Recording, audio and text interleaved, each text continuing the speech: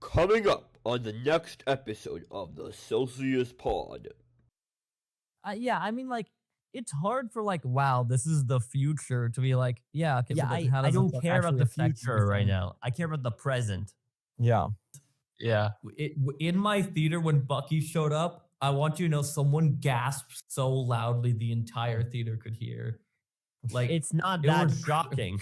I know. He's like the big twist and like what the mystery is building So up stupid. Yeah. And then So they ruin it because everybody knows what it is because it's been replaced. And it's like, it would be cool because then like the people who read the comics and know what it is are like seeing it. And they're like, oh, I can see the signs.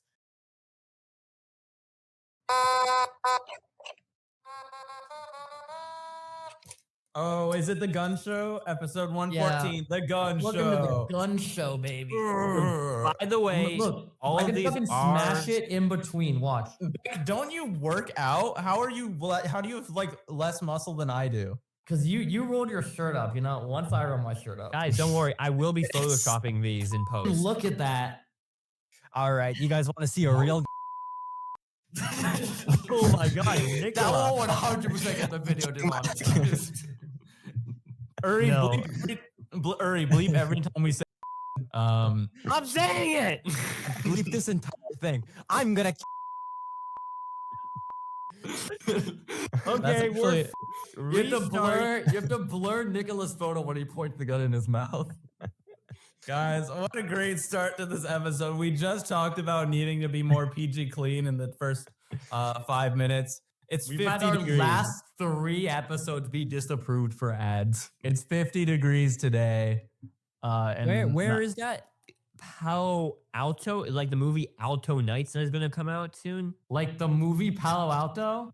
like Was James Franco? Wow, You guys are cool guy. creative James geniuses. Franco. Aiden has gone down. He is the biggest fan of James Franco's life choices. On the record, particularly. he has said this. I 17 degrees and windy. Oz Feels is like a great negative movie. 4. Feels like That's negative my 4. camera Wow. not focusing They're on me. lying to you. 12. It's cold. My It's camera cold just is today. not focusing on me. Give me a second. Beck, how's the snow been for you? It's been bad here. It's been annoying. I tried to walking at Domino's last night and I slipped and I fell on my arm and it hurt because the floor was icy. Makes sense. You were probably alone. I was alone. This Yeah. area Yeah. guy is full of hate and Yeah. self-loathing. Nicola, what happened to He's your full finger? Surgery. Great transition. So, you know how I had that fucked up finger for a while? Bleep that. I know how you had Uh, that finger. Yes, correct. So, you know, I had that messed up finger for a while. Well, I finally went to the doctors for it, and they basically said, "Oh, you gotta I went to the urgent care again. This is the third time I went to the urgent care, and the doctor was literally like, "I have never seen anything like this ever before. I'm sending you to the specialist." So then they sent me He to the just did not want to do his job. yeah. So then they sent me to the specialist. The next day I go to the specialist and the specialist looks at it for like a minute and is like, all right, so I know exactly what this is. And he gives like the full medical term. Basically what it is that I had some type of injury to the finger. And then when the finger started healing, the skin wouldn't stop healing. So the scar tissue just kept growing. And it's like a thing that can happen to anybody if you have an injury and it gets like shocked enough near Can't the happen fingers. to me. I don't have Yeah. injuries. So that happened to me. And then literally after he diagnosed it, he was like, you know, we can just cut it off right now. The Like we can do the surgery right now. No, because you have to You cut off lost the the excess. finger? You have He to has cut no more the finger. kid named finger. You have to cut the excess scar tissue off. So you're they an were amputee like- now. No, the finger just looks normal now instead of looking like it looks like this finger instead of how it looked like before. It looked like it literally looked like Guys, bleep that. That's not It- the middle finger. Blur the middle finger? The censors don't know that. it literally looked like the alien from not the alien, like the zombies from The Last of Us. Yummy. That's how the finger looked like. And now it looks like a normal You finger. know, speaking of people that look like Last of Us zombies. I had this, you know, You can't transition into things when we still have things to talk about before the things. I'm just saying, Guys, He gave me the perfect transition. He Beck, looks Beck- exactly like the Last of Us zombie. I was gonna use it too, but I have something to talk about. It regards Beck dressing up in drag. Okay. So I had these like 5 days of vacation, and I Summer? began my vacation with the surgery. So I've mostly just been at home resting. right, because you Awesome. guys had President's Day off, right? Yeah. I don't know I when did you, not. yeah, I don't know why you said you had because I didn't. I It didn't. was just me. Does It was Puddle literally not just me. respect the presidents? No, I just don't have classes on Monday or Friday. Ithaca? Wow. No, because it's Trump now. Oh, yeah. I'll have you know, Emerson respects the presidents. We get the day off. They respect Trump. Hold on. Anyway, to get back to what I was saying, remember Beck dressing up in drag from last week? Yeah, So great news. My plan finally worked. it's too late, Aiden. No, Yeah, I I already what? agreed with you. Yeah, that's what you would think, but I have a different photo than Nicola. Oh, really? How many different Yes. photos? I have an I extra do want to photo. explain How to many you, images of this do you have? I was sitting next to them and I was like, can you do me a favor? Can you please follow Aiden back on Instagram? Oh, I see. You got one more fuck ass photo. Oh my got god! one Beck looks like he just came from a bender. I'll have you know, I'm playing Balacho on that phone in that photo. You definitely are. I love how Beck God. also has a blue dress. So Yeah. makes Yeah. sense. Chris, what would he wear? Like a green dress? Yeah, I'm confused on Like, what I you don't think know he what would you wear. would instead. think Beck, he who would did your wear. makeup? I can't say their name because it's the public podcast. Okay, but it That was a makes friend. sense. Yeah.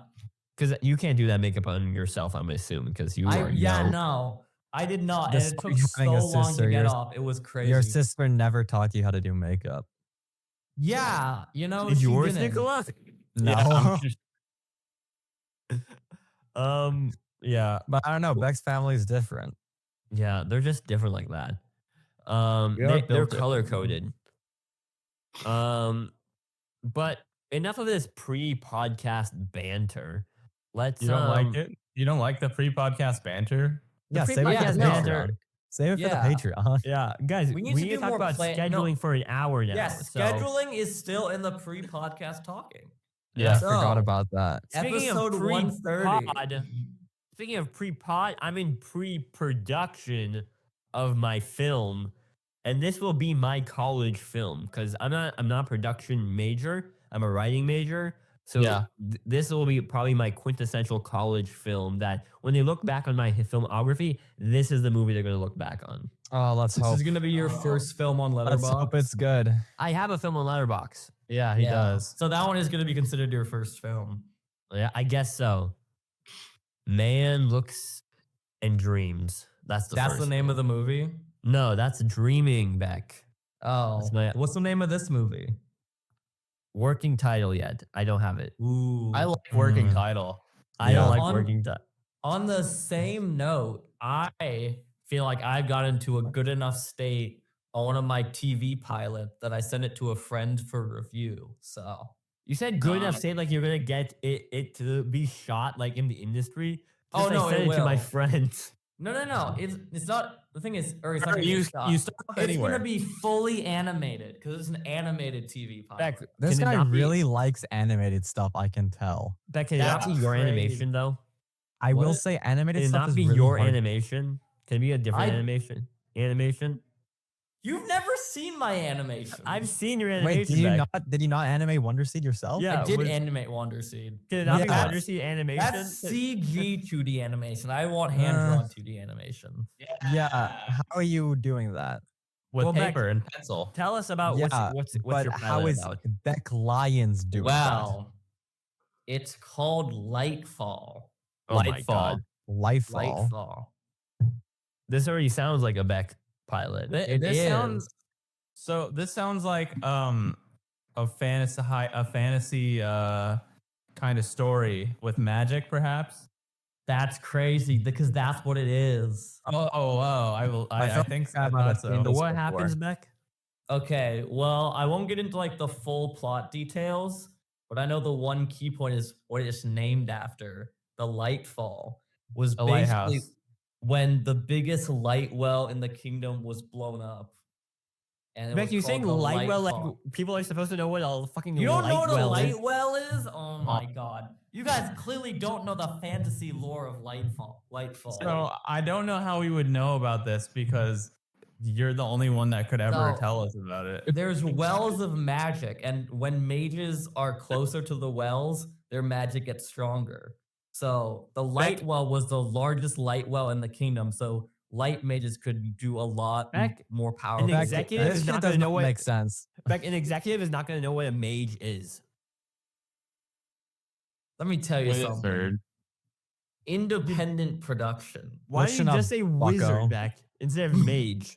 Because wizard feels too gendered. I feel like mage can be both male and female. Okay. Beck Lions. Sorcerer. Yeah, there's Yeah. like other terms. Sorcerer, than I mage. want like a gender neutral, like you can say mage for like you can just say sorcerer and sorceress, but I can say mage or mage, you know? But mage So I just sounds like the term stupid. mage. Mage does not sound stupid. Nicola, Aiden, back Kinda up. It kind of does. sounds stupid, right? Okay. I personally Yes. wouldn't pick mage. Aiden, what term would you use to describe a gender neutral magic user? Magic. I I would would just say wizard. say wizard. Wizard is kind of gender neutral. Most people Yeah. know what a wizard is. You've like the Mm. Wizards of Waverly Place. Like, I guess. That's pretty. It's kind of crazy that you think that a woman can't be a wizard. Yeah, I honestly, said a I woman think if can't anything be that a shows wizard. your, But I feel I think that like shows your for the prejudice. general audience, which I'm making this for, they Yeah. think wizard is a male term. Who is your Yeah. audience? Yeah, who Like, is this ever- audience? Yeah, The why would general your audience. Why would your audience? Is think it everyone that? Everyone you wants watch to yours watch at this. Emerson How- College? How general is this audience? Yeah. Amazingly general. I think Is that it- might be your issue then. Is it enough that I know what a light well is? It makes so much sense. Okay, keep in mind, this is not the show I'm writing. That's like, guys, this is what people are I'm gonna make this. I'm gonna get into the industry. This is like passion project. Dream Definitely passionate. thing. Yeah. Yeah. I have really like hope a you are passionate about 13-page it. document with all the lore I've written down for it. I'm Okay, excited, so yeah, I so think. that tells me this is something That's called you'll an probably obsession, never. Beck Lions, and not. That tells me It's something called that's screenwriting. What's called fan fiction. because the thing is about A fan fiction? It's not fan fiction. back because here I'm going to tell you this thing. It's important to have a passion project, but this doesn't seem like something. This is more of your own personal project, right? Yeah, that's what I meant. Because Has this been obviously- published to whatever what's the name of the website with all the text on it? What? Yeah, Every the fan website fiction. has text No, on like it. like the fan That's like fiction Ask- website. Oh, AO3? AO3, Tumblr? yeah. Have you No. published this to AO3 yet? I have not. I literally just sent it to one person for peer review. back. Well, you see, that might be your Beck, issue. You could put this to Wattpad and make like Wattpad studio movies, you know? Wattpad. But Okay, no, but but it seems like Let something me you tell might make a something. You comic guys out are of. all gonna be like, "Wow, I was so wrong." When this film wins 4 Emmys and Is it- 2 Oscars, Beck, I thought it was a show. Yeah, it's a show, but also How a is it- film. Oh, okay. Because just it's like like- all the it's like episodes Candyman. together, and it's an 8-hour film. Beck, are you gonna make this into a comic? It sounds like more like it'd be a good comic than No, I think a general mix of comedy and drama. Because no, like comic.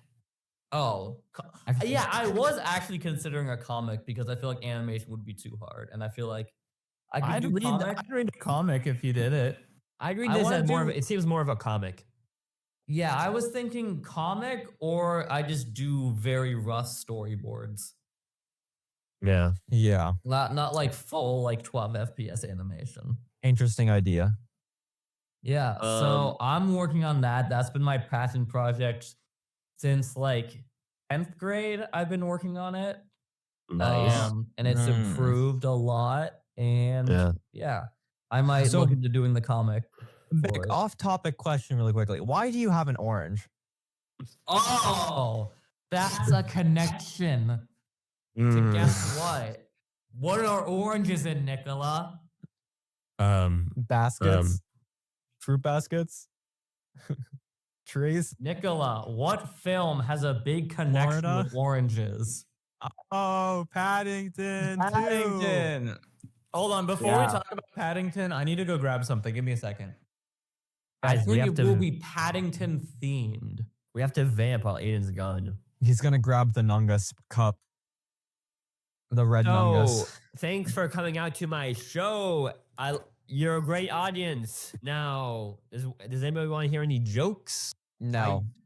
I Get off this. sorry- You're like the guy to be like go to an open mic night, pick up the mic and say a slur just to the entire crowd. That's Nicola. Off the stage. No, that's you. You said a literally- slur literally pre-podcast. No, Beck. Nothing that happens before the podcast is real. If it stays in podcast, we stay in podcast world, Beck. It doesn't exist. We're like We innies don't and outies. exist outside of the podcast. The moment the cameras end, we disappear. We have innies and outies for the podcast. Actual Beck Lyons, you know, he's like a nerd, and he has like no women, you know. But like, Beck, do you podcast- have women in the podcast world? I'm not sure. Yeah, no, bro. All the think- women. Have you I seen don't the think the- comments? All the women thirsting on me in the Celsius Pod comments. Yeah, So I where see was all, talking- where did we? What happened when I was gone? I see all the Beck fan cams A lot all happens. over TikTok. Dude, there's so, bro. Yeah, I see new one every day, millions of views. I mean, What the fuck are we talking about? the Beck Nothing, Lyons fan Aiden. cams. Talk Have about- you not seen them? Talk about Paddington. No, I can't say I have. Well, Beck, hold on. Beck saw Paddington 2 before he saw Paddington 3. So, Beck, talk about Paddington 2 real fast. Yeah, you should do that. Okay, so I did ask Aiden, should I watch Paddington 2 before Paddington 3? But guess Paddington 1 comes before Paddington 2. So you also watch Paddington 1? So I watched Paddington 1 6 years ago in preparation. Oh, I see. Probably more than 6 years ago. When did it come out? Like More 6 than years 6 ago. years ago. 'Cause I watched it in theaters. Paddington 2 came out more than 6 years ago. Okay, well, I watched Paddington 1 a while ago, and I remember one thing about it where there's a man and a woman, and they Those go to the typically be in- hospital on a motorcycle, and then when they leave the hospital, there's a minivan. And that's all I remember about Paddington 1. Because they have Um, children, is I think the joke. Yes. But then Paddington 2, I watched it, and it was great. It All you was do is a classic nice. movie. It is a classic movie. Beck is- I see why He's everyone so liked polite, man. Beck is the only one who hasn't seen Unbearable Weight of Massive Talent. That's like, So, yeah. Bro. And that's like a running joke in that movie Yeah. is that Paddington 2 is the greatest movie ever made. And Mm. Yeah, also but the that's Cabinet because of Paddington Caligari. 3 hasn't come out yet. True. You gotta think about that one. Okay. And the But Doctor of Cabinet Paddington Caligari. 2, I really liked it. I don't think I need to go in depth on it because we're talking about another Paddington movie. Paddington 3, Paddington in Peru. Revenge of That is the one thing that kind of annoyed me, which is That's like they not did called Paddington 3. Paddington 2, and then Paddington in Peru. They should have done either Paddington 2, Paddington 3, or Paddington in prison, and then Paddington in Peru. Because That's Beck, like- Yeah. no, back, listen. Paddington 1, Paddington 2, Paddington in Peru. Beck, It also, rhymes. Beck, it's not the Uh-huh. third film. It's Paddington in Peru. you know? Yeah.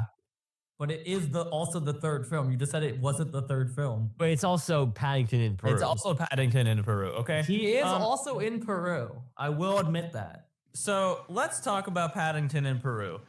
So what's going on in this movie? They recast the mom. Aunt Is it Lucy's the same family? It's the same family, but they recast the mom. Yeah, the mom's just a different actor now. Yeah. So that might be a little jarring for somebody. And then Antonio Banderas. Okay, so you've Oh, skipped yeah, ahead. he is also So there. You skipped ahead. Okay, I skipped ahead to when the best character is introduced. Sorry. So the best character is introduced in the first movie. His name is Paddington. Yeah, and he's Um, very polite. That's his. he's very that's a very polite. big thing. He's very polite. So Paddington goes to Peru because he gets a note or a letter from the nun who works at the like the foster of like the home for old bears, retired old bears. Retirement She's like, your grandma misses you, Paddington. You should come surprise visit her. And then he comes to surprise visit her, but guess what? She's missing. Uh-oh, Aunt Lucy's missing. So now they gotta find her. The Browns, not the nun. The nun can't go. But she does give the mom a necklace, and she's like, "Here, mom, take this necklace. It's supposed to give you good luck." And the mom is like, "Okay." So then the Paddington group goes to minus grandma. They keep grandma there. She can't go on this dangerous mission in the Amazon. In the Amazon, where my jungle. grandmother was researching spiders before she died. Yeah. So they go, and then the jungle, and they get a boat. They get a boat, and who controls that boat back? Antonio Banderas. Antonio Banderas. And he says Yeah, El Dorado. he does And say like El Dorado. An amazing accent. I love his accent. I love anytime he speaks. You mean I just love- like a Spanish accent? You mean a Spanish accent? Yeah, what? Yeah. Okay. Yeah, Beck. All right, Beck. So Antonio Banderas is like, we can't take you to where you need to go. It's too scary there. But then he realizes, that's where El Dorado is, because he explains that his family is a family of gold hunters, and they hunt gold. Well, no, they in don't El explain Dorado. that. We find out over time. We find out over time, but I'm just gonna say it now because if we reveal his backstory and motivation now, then it makes it easier to explain moving forward. Yeah. So he comes from a gold eating family. They eat the gold. And so I'm he's not like, sure about that "All part. right, Paddington, I'll help you out." But his daughter's like, "No, Dad, don't find the gold." And he's like, "Okay, we won't find the gold." And then he throws her off the boat. And then he falls also gets off the thrown boat. off the boat. Because he's stupid and he doesn't know how to Because he's do stuff. dumb. Yeah. He doesn't know how to drive a boat. Okay, I really think they had a missed opportunity for him to fall off the boat by getting hit by the boom. Because they literally introduced that. That's how he fell off. What? Yeah. He got hit by Wait. the boom, and that's what made him fall off. What do you think? How do you think he fell off the boat? Wait, am I forgetting the movie I watched 2 hours ago? Yes, I think Yes, you you are. are, Because he Barry. literally fell off. What do you mean? That's why they introduced it. You're making it sound like this movie has flaws when it literally has no flaws. Exactly. Okay, that was my one critique. It's going back up to 5 stars. Oh my god. Because like literally there are no issues with this movie. Guys, you are really writing this movie. It's wow. I'm just saying they were not wrong when they said Paddington 2 was life-changing and this movie was better than Paddington 2. Damn. So says us, we think. I don't think it's Regardless. better than Paddington 2. But I still think it's really good. It's like equal level in my mind. Regardless, now the family is trapped without a boat in the Amazon spiders just before Aunt Lucy died. But Yeah. they actually are researching spiders because guess what? The dad has arachnophobia. Wow. So then they take a nap in the rainforest. But guess what? Grandma is sleuthing at the nunnery because she finds a glowing red door locked behind an organ. She says, "Mother, what the fuck is this?" And she says, "Suspicious." Nothing. The first thing was she was like, the signal in here is really bad. It's like there's high voltage everywhere. And she was like, no, there's just normal electricity. That's just like a Nothing suspicious totally about not that. suspicious Nothing thing. suspicious. And then there's a really clear, suspicious red wire that leads directly to a ominous glowing red room. And she's like, why is this room ominously glowing red and looks evil? And she's like, nothing evil about it. It's just a normal, suspicious room. It's a nice regular room. No. It's a hidden. It's a room. completely normal, hidden, suspicious room. She explicitly says it's a hidden, normal, suspicious room. Regardless, God works in suspicious ways. But Grandma figures out it's a tracking room, and the nun is like, "Yeah, I've been tracking them this whole time with that necklace I gave them, just Yeah, so that it's they a stay completely safe." covert. It's a completely safe, covert surveillance room. Nothing suspicious. Nothing suspicious. It's just a surveillance room. Regardless, they get in their plane to go and save them. The plane is called the Miracle. Yeah, because But they were like, Paddington oh is my the god, the Poe only guy. way we can make it across this chasm is with a miracle. And then the plane shows up and it's called the Miracle. It's great. But Paddington, And every single joke in this movie is really funny. The nun is hilarious. Great Yeah. character. Olivia Colman, right? Yeah. Anyway, From Ted Lasso. whoa. Paddington, he loses his umbrella and he chases it into this area. And then Antonio Banderas shows up. He's like, hey, Paddington, I figured out what that bracelet you had means that I stole from you. It means that I got to follow the bear. So Paddington, where do we go? And he's like, oh, wait, Chicago. remember from the beginning of the movie when Aunt Lucy said to just roar and we could find her? I'm going to roar and then we're going to follow her roar and then they follow the roar and they keep going.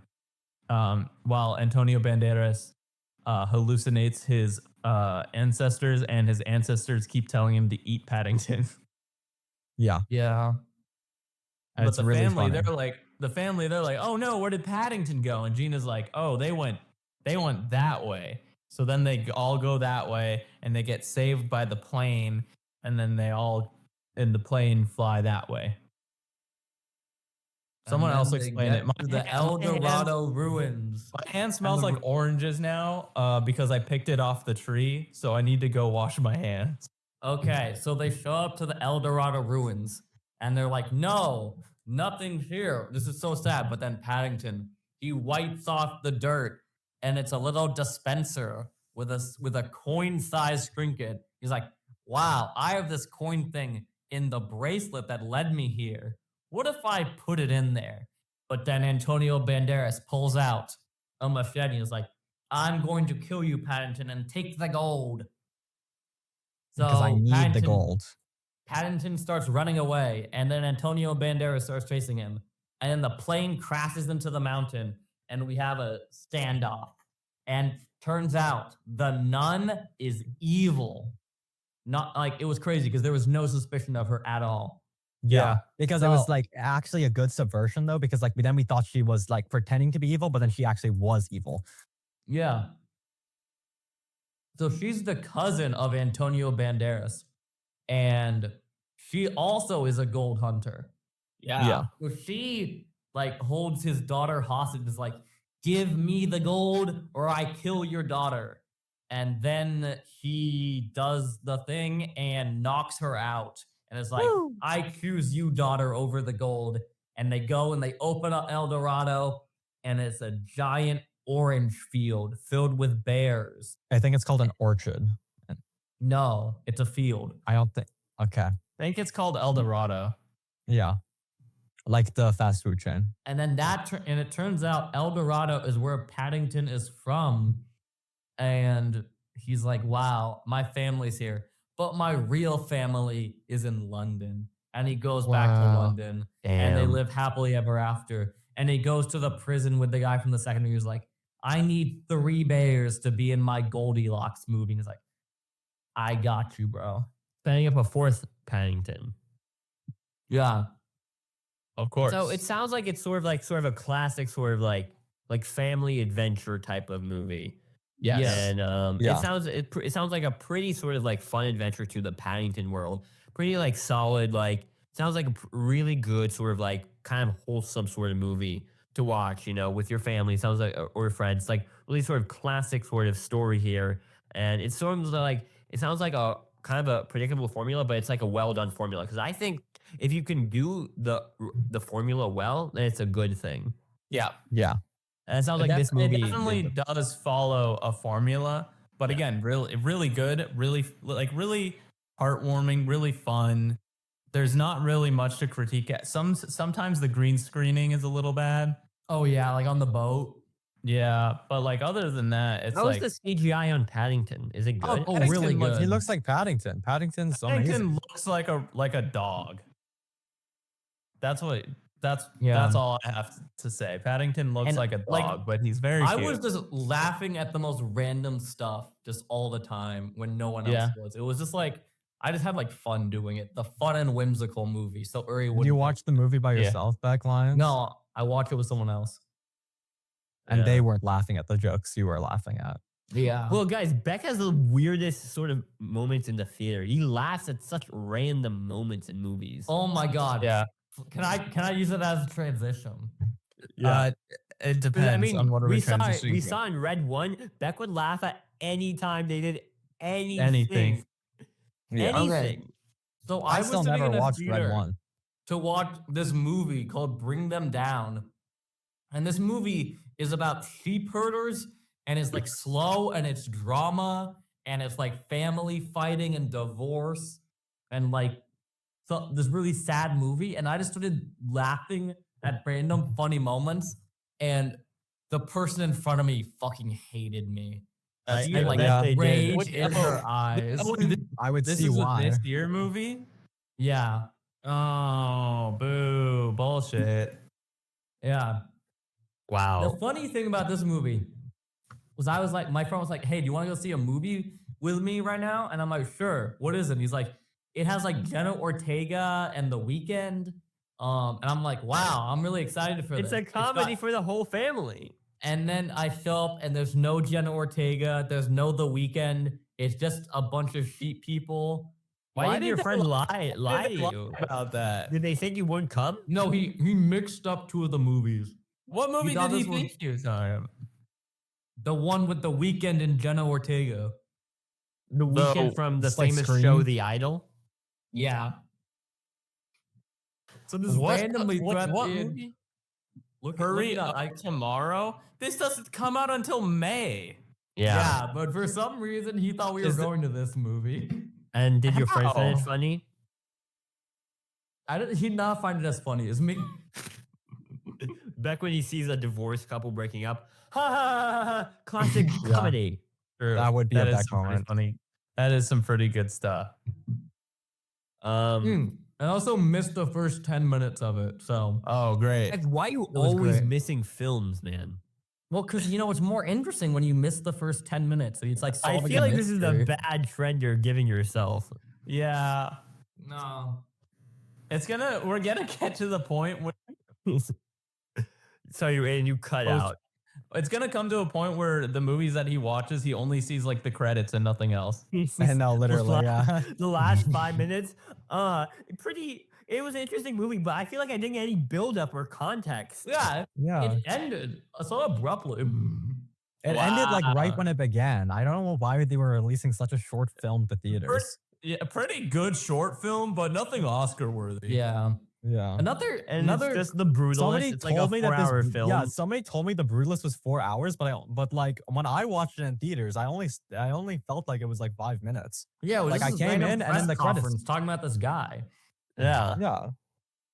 But one crazy thing that I noticed. So there's this movie that came out this year called Companion. Yeah. And I wanna was watch like, it. oh, I want to watch that because it's 2025 and Yeah. it looks But- kind of interesting. It's So I'm coming like, to okay. streaming next week. It comes out tomorrow to Oh, stream. is it tomorrow? It's That's crazy. tomorrow. 18 days after its theatrical release, it's on. Wow. This is a really, really That's how you know disturbing it's gonna trend be a we're good seeing movie. recently.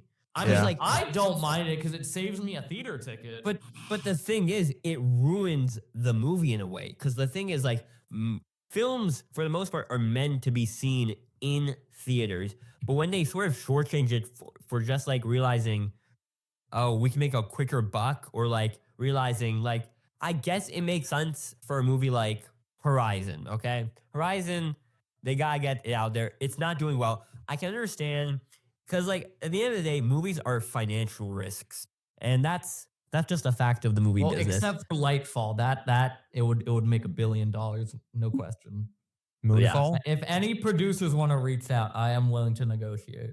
Yeah, but the thing is, they are financial risk, and if the movie is just not making money, it does make sense to put out. And I don't know, Beck, if you could research Companions like box office, how well is it doing right now? Yeah, let me check.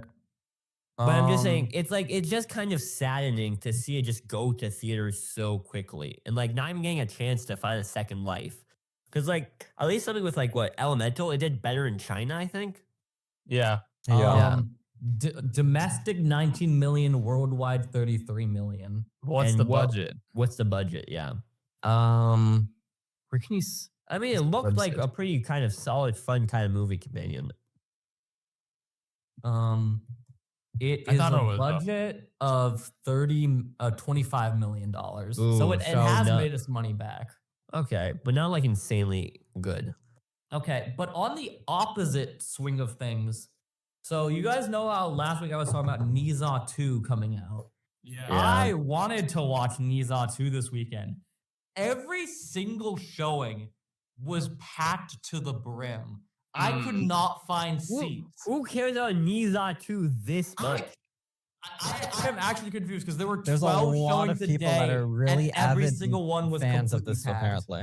Let me see what the tomorrow showings are for where I am. Oh, completely Yeah. full or completely Yeah. empty. I mean, mostly empty. Mostly empty. I mean, there are people in these seats. That's for sure. Okay, maybe because my theater is right next to Chinatown. This Oh makes yeah, sense. we're That makes going to so that much one. sense. It'll be Well, Well, that would completely probably context. explain that. Beck does not. no, because I'm not solving the mystery. I'm just like putting the connections together. Oh, like when you walk into a movie 30 minutes late. Yeah, guys, Beck's full real life is just Memento. That's him. Right. He just lives in reverse. That makes sense. It really does. I think there was maybe some news I kind of wanted to talk about. Check, but anybody else have any like a quick singles they could do maybe now? I mean, I have a couple. I don't think I have singles, any. yeah. I have a couple if you want to hear me out for them. Sure. All right. So let's start off with Harley Quinn, the one that nobody cares about. What happened in this latest episode of Harley Quinn? Harley Quinn and Poison Ivy get invited to a Bruce Wayne dinner party. Everyone that has an apartment in his apartment complex gets to be invited to the party. And also one of King Shark's kids is there. They keep bringing him back, and I don't really like them. And so Harley and Ivy go with the child to Bruce's party, and there's not very many people at the party. Here's everyone that's at the party. Harley, Poison Ivy, the Shark Kid, Damian Wayne, Bruce Wayne, fucking Lois Lane, goddamn the Joker and his daughter, and Alfred. So that's the episode. We have those characters. So they're all eating dinner together, and then Alfred kills himself. Yeah, that makes sense. Except he's pretending. He's pretending to kill himself because Funny Batman's joke. being an asshole to him. But he frames Harley. So Harley runs away because she doesn't want people to think she killed Joker or killed Alfred. But they all know she didn't. But then she's like, here's how Alfred could have been murdered by someone that wasn't me. And then Batman's about to tell Harley, he's like, hey Harley, Alfred's not dead. He's lying. And then Red X shows. Family hug each other. I'm proud of you, Dick. And then I was like, oh. And then Alfred shows up. Alfred is the macaroni. He's like, hey, Batman. Fuck you, Batman. I'm gonna take the Emerald Elf. I hate you, Batman, for being an asshole to me all this time. I'm gonna take the Bane syrup. And then he takes the Bane syrup. And then Harley and Ivy and Dick have to fight him. Dick forgives Harley for killing him almost immediately because she saves him from dying again. So he's like, cool, we're on good terms now. And then they beat Alfred, and then Alfred goes to prison. And then Lois is like, hey, Harley, you've been having a dream about a scary skull? So did I. And then that's the end of the episode. Do you want to know how he came back? Dick Grayson came back to life? Brainiac. So Alfred in one line says, Dick, I brought you back to kill Harley. And that was that's all he said. Oh. Yeah, so there's no explanation as to why Dick Grayson is back. Like at all. He just is. He just is back. I don't think we need one, right? I feel like we do need one. Kind of. 'Cause His death was kind of. Yeah. His death was very important to the everything. His death was greatly exaggerated. It wasn't exaggerated. It happened. It happened. He just came back. He just No, came back. but like, And the he just one thing we know exaggerated about his death. comments Honestly, is I feel like people they never just come back. shows the stagnation of what Harley Quinn has become. Like, they're doing storylines that just goes against the premise of Batman. And Yeah. because Alfred like what becomes the bad? What the fuck are they doing here? Ooh, that's a great question. That's such a good question. I wish I knew. Because like that's I- something Alfred would never do. Alfred would never do that. No, you're right. He would not do that. But that's what the fuck we're ending up with. So I don't know, man. It just feels like the writers are just doing random bullshit because they can't like figure out like a cohesive storyline. They're thinking, oh, he's dead. Oh, you know what? He comes back. You know what? Harley Quinn is potatoes. What are we doing? Who fucking knows, man? Because I surely don't. I surely don't. Anyway, want to hear about a good superhero show that's also releasing? Oh my god. Friendly Neighborhood Spider-Man. The next 3 episodes drop. I've heard these episodes are really good. They're actually really good. It's actually some really good shit. The show is absolutely cooking. I'm sad that like this season is ending next week, I think. I think the last 2 episodes come out next week, but the show is greenlit for 3 seasons so far. So wait, how many episodes total a season? I think 10. Hmm. 10 half-hour long episodes. That sounds good. Yeah. So what happens in these next 3 episodes? I know the Scorpion does something.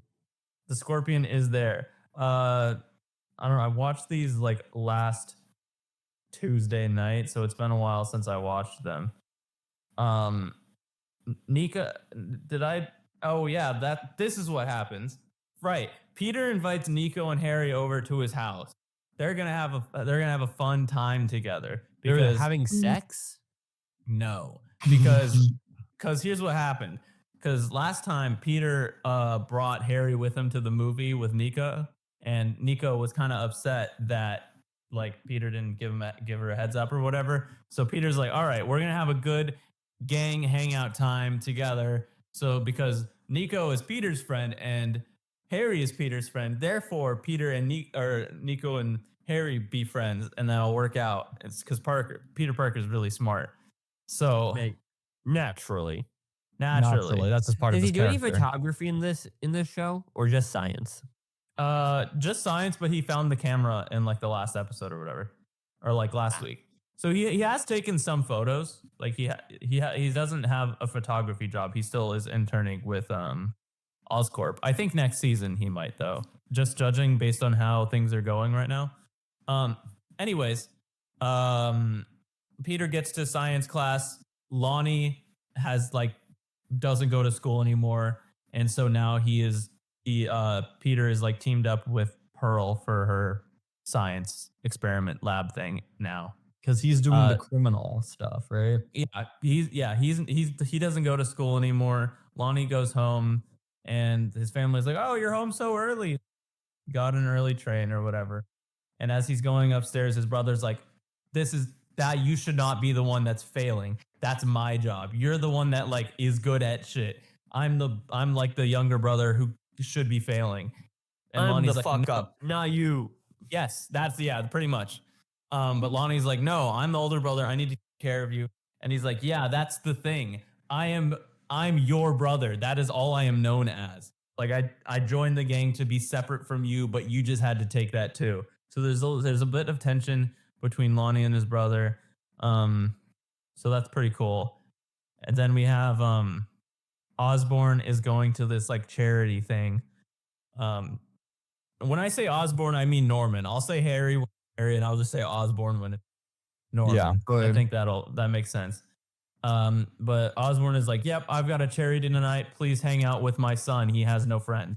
So they all hang out at Peter's place. Peter's getting some text from Connors, and he's like, "You know what? I'm hanging out with my friends. I'm turning off my phone. I'm gonna put it down. No phone tonight." So then they start watching Predator because Nico wants to watch like an action movie and Harry wants to watch some like a horror movie or whatever. So they compromise, watch Predator. They're having a great time. But Osborn, we cut to Osborn at the fucking charity, and he starts talking to Ross, Secretary Ross. And keep in mind, this show again is happening during Civil War. So Oh, yeah.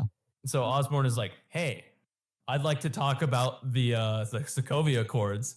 I have a superhero of my own. I'd be willing to just sell him off to you if that's okay, or we can work together and he'll abide by your rules. And Secretary so. Ross is like, great. But by the way, someone is breaking into your office right now. Oh. So Osborn calls Harry because Harry didn't turn off his phone. And he's like, hey, Dad, what's up? Oh, it's for you, Peter. So Peter is pulled away from his hangout time with his friends and has to go to Oscorp to figure out who's breaking in. And meanwhile, Nico and Harry just sit in awkward silence for a little bit. So Parker gets to Oscorp, figures out a little bit of stuff, sees what's going on, and guess what? Daredevil is the guy that broke in. Oh my Oh, wow. god. Voiced by Charlie Cox. Oh, so, yeah, they're keeping the MCU continuity. Like with Yeah. actors. Yeah. Well, just for him, I think, specifically. Okay. Yeah. But he's like, hey, kid, you don't know what you're doing. Osborn's hiding something that you don't know about. And Peter's like, everyone's hiding something. He's like, yeah, but I'm trying to save you. And Peter's like, all right, whatever. So then he leaves. They both leave.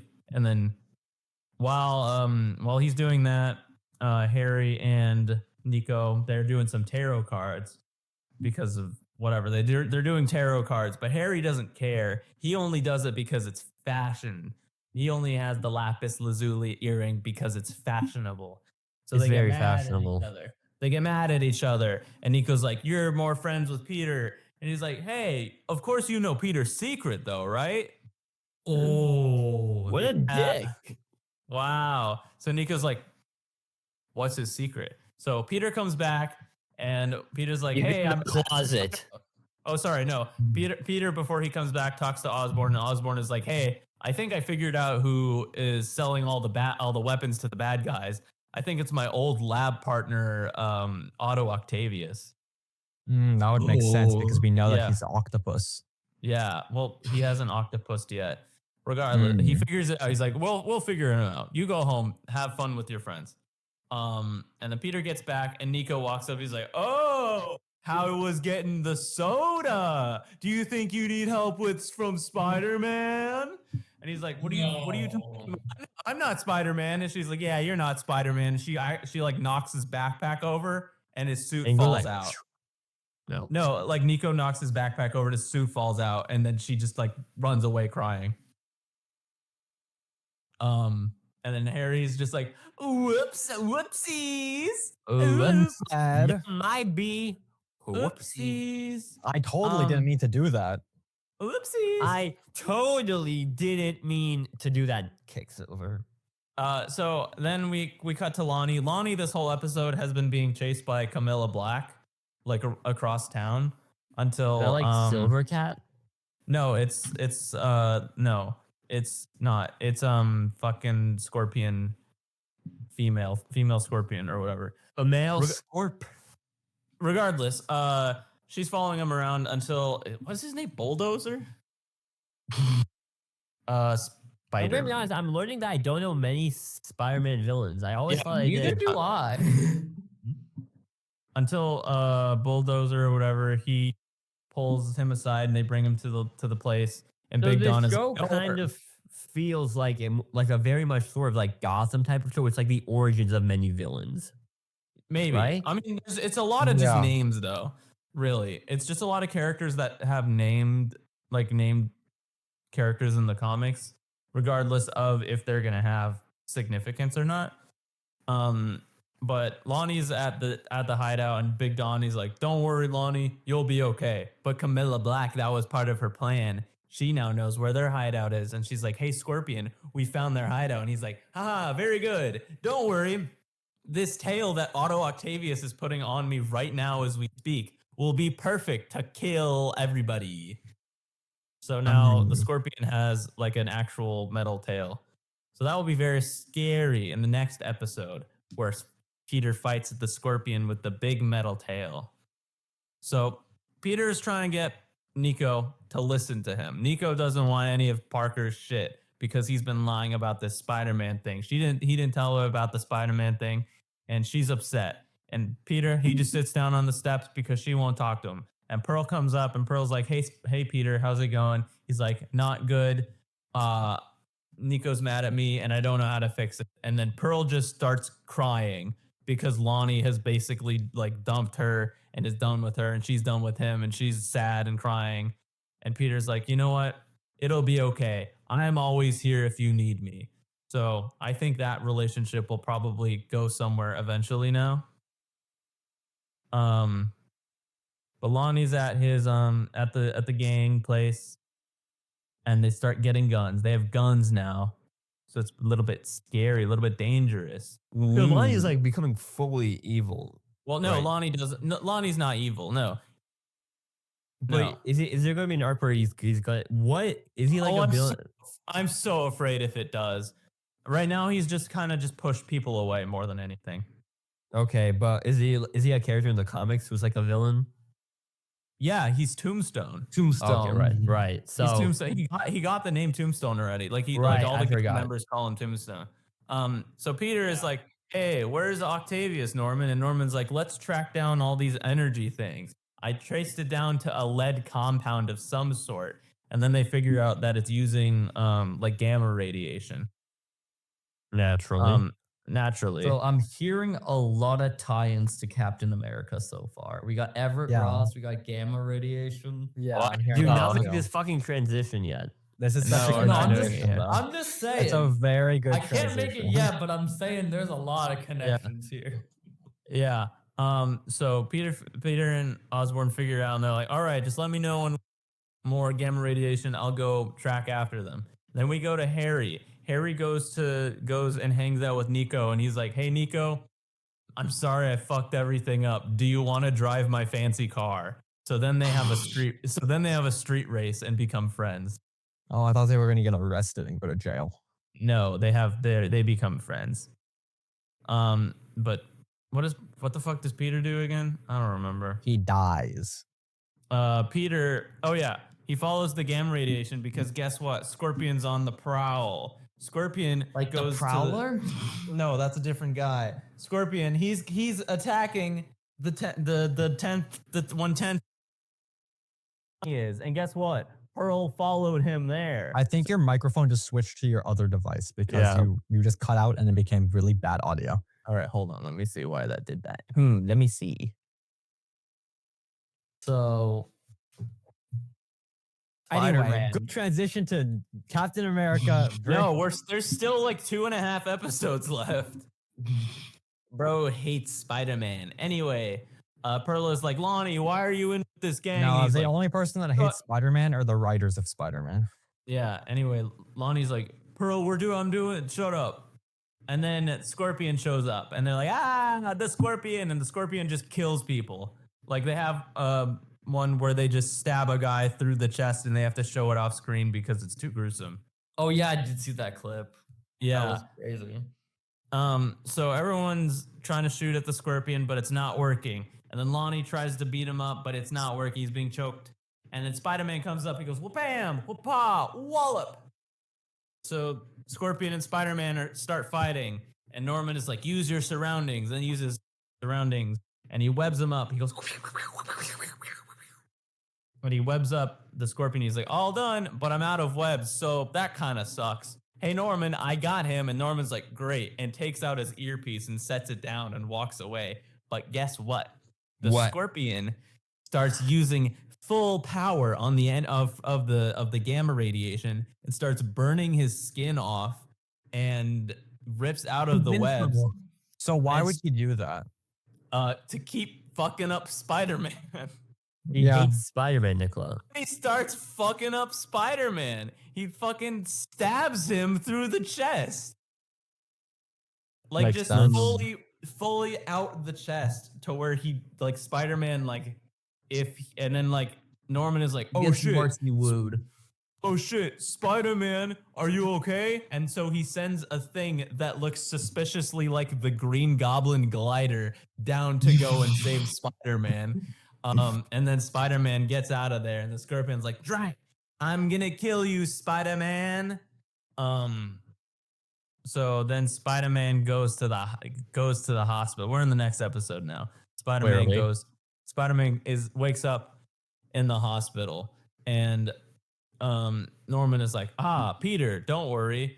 Don't worry about me just taking your blood sample and stealing it for myself. Don't worry about that, Peter. I need you to do better. You got your ass handed to you by the Scorpion. And if you're going to be my superhero gremlin that I'm controlling, you got to do better, Spider-Man. All right, bro?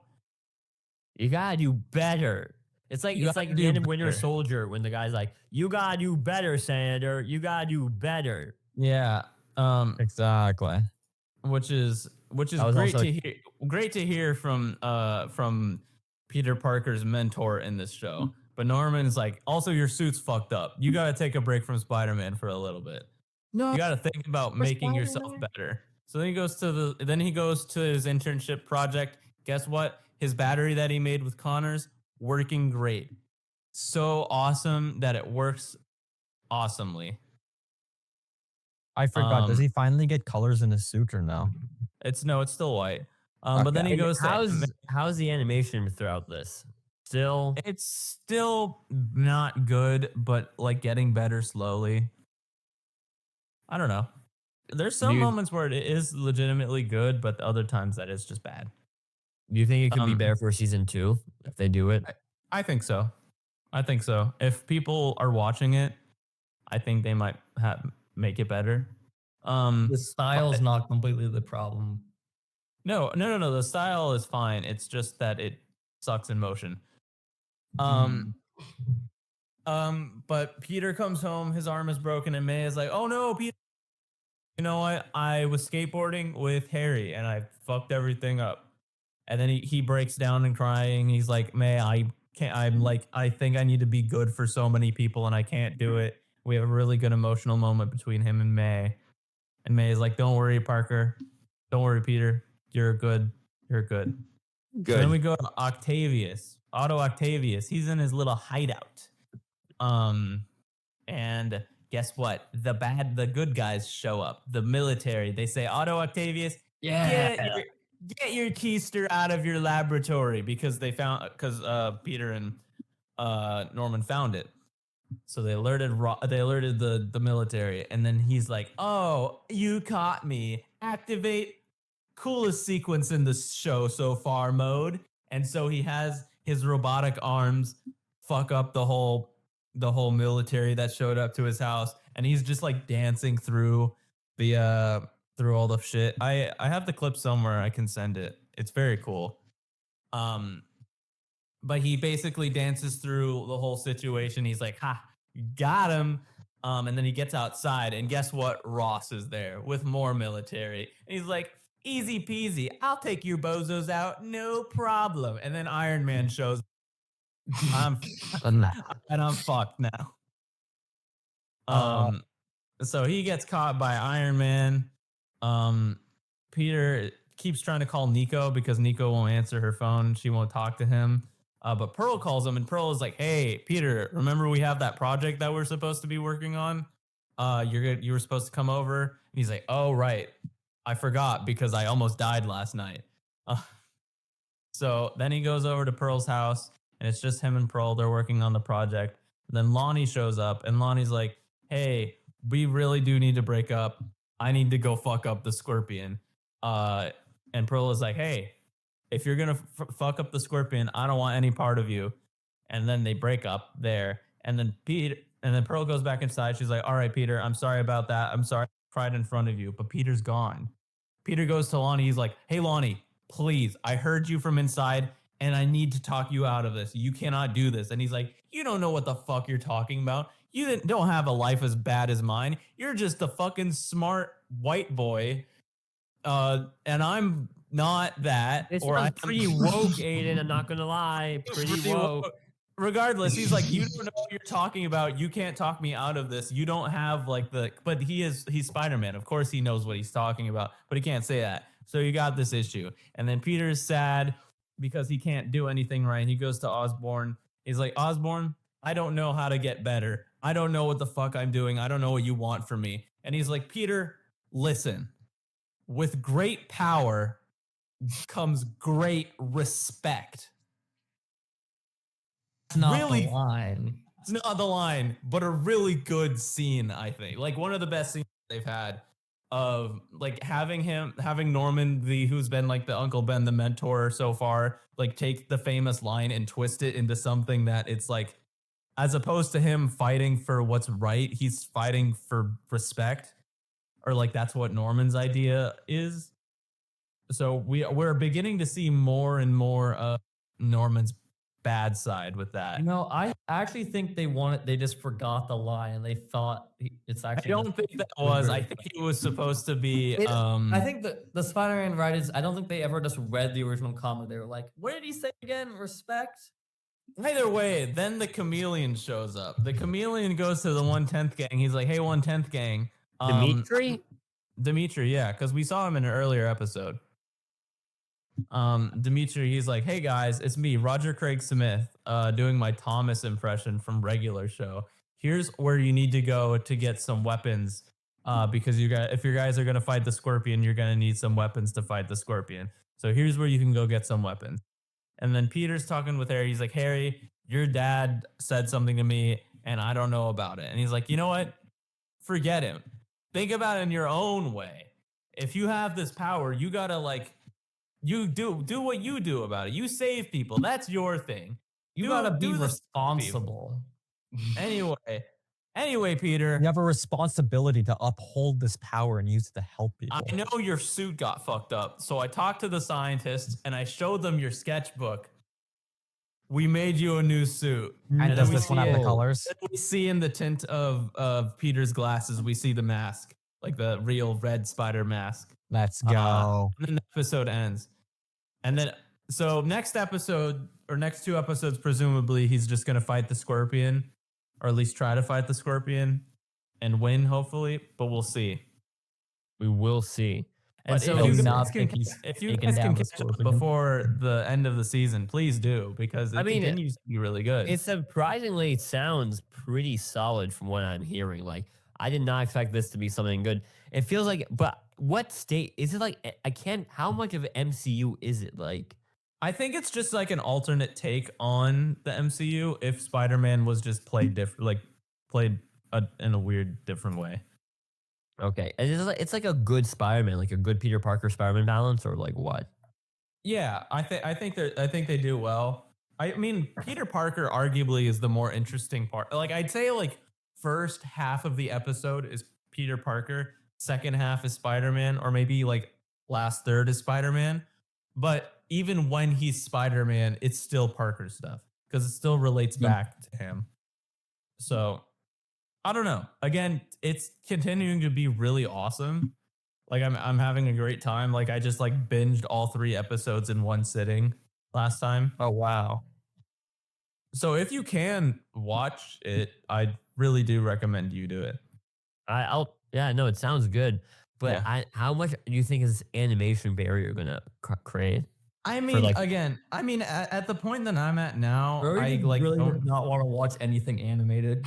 Yeah. I mean, Yeah. at the I mean, point but- that I'm at now, it doesn't really phase me anymore, but like it still is kind of ugly. I can see how people who first get into it might be shooed away from it from the end. yeah. Is it kind of like uh, Ruby, uh, where it's uh, like when you see it out of context, you're like, this looks bad, but then you get used to it. And when you watch it while in you're watching context, you're like, oh my God, this is bad. Yeah. No, because I'm watching a Ruby clip no right matter now, and what, the it's animation bad. sucks, but I know it's good.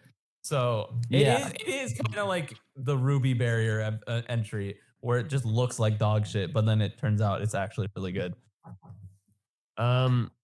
Now we've been hyping this all throughout the Spider-Man breakdown, but let's talk about Brave New World.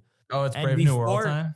Before we get into it, as somebody who hasn't seen the film, I kind of want to give a little bit of a pre-take, I guess, because I think it's actually a really smart idea. Because like, since I'm not the one who hasn't seen it out of all of us, you guys can kind of tell me your thoughts to me, and I can sort of interpret it. Because from what I'm kind of seeing as a whole trajectory of the MCU right now, is the fact that this was very much not a terrible movie, but not an amazing movie either. A very middling movie is what I'm sort of understanding this movie to be. And it's sort of showing this late stage kind of sort of Marvel depreciation in quality, like since Endgame. Because like now since Endgame, Iron Man to Endgame, that's a full saga. Yeah. They did something like, Yeah. of course, there was a few stinkers in the way, but they did a whole story. And when in like 2019, we were like, this is awesome. Like no movie series has ever done this. It's movie magic that they were able to tell a continual story throughout all of the movies. Yeah. But now since Endgame, we're kind of getting this thing with like, they don't really know how to balance a full story in like a greater universe. Also not making the perfect like regular standalone movies, and they can't balance it well anymore. I think they did it well with this movie, actually. Really? I think so. Yeah. I do think This they did movie's a good actually amount good at of- doing that. Because It did a good amount of like cameos and other tie-ins. This movie, Brave New World, is a sequel to Captain America: Being The Winter critical. Soldier, or Falcon Winter Soldier, a sequel to The Incredible Hulk with Edward Norton, and a sequel to The Eternals. Yeah. Interesting Yeah. Eternals in there. Yeah, it is interesting, but The like only, because having, I mean, there's only one main thing that Eternals ties into. but and it it's does not tie really the into it. but It it's is a very important. major part. And then Yeah. in a way, it's also kind of a spiritual successor to Winter Soldier, kind of a political thriller, but not on the same level, I've heard. It's very political though. Yeah, but I mean, like, Winter Soldier is like a great movie. Yeah, Yeah, there's definitely nowhere near the heights of Winter Soldier. And so we're kind of seeing these two different things. Beck seems to not like it as much 2.5, while you guys are 3.5. I moved it up to a 3. I moved it up to a 3 because I I mean, mean, I this still one, think that's a bit low. I Yeah. was gonna give it 4, honestly. But I was like, I think the biggest issue, I said this in my review, is that they showed the Red Hulk in the That was so commercials and all the stupid. advertising. The entire movie is building up to this mystery of like what's going on with Ross until the big twist where like the final Wait. fight is the Red I Hulk. thought he would be in the movie, like, that's a big part No. of the movie that he's Red. He is the big, he's like the big twist and like what the mystery is building So up to. stupid. yeah. And then So they ruin it because everybody knows what it is because it's been replaced. And it's like, it would be cool because then like the people who read the comics and know what it is are like seeing it. And they're like, oh, I can see the signs. And the people that haven't seen it are like, oh, what's going on? Until the big twist. And it makes a really cool climax and makes the movie all tie together really well. The yeah, issue is everybody goes into this movie being like, all right, I want to see Harrison Ford Red Hulk. And then they don't see it until the final part of the movie. yeah. Would I be agreeable to say at least, is there a consensus between the three of you that it's not the best Marvel has to offer, but it's not the worst? It's just It's kind of definitely like, not, I don't think it's bad at all. It's definitely not the best, but yeah. There's it's not nowhere honestly, near the worst. yeah, it's not bad. It's a very enjoyable movie. Like I had a actually- great time I watching it. quite liked it. I would say it's like medium high. Okay.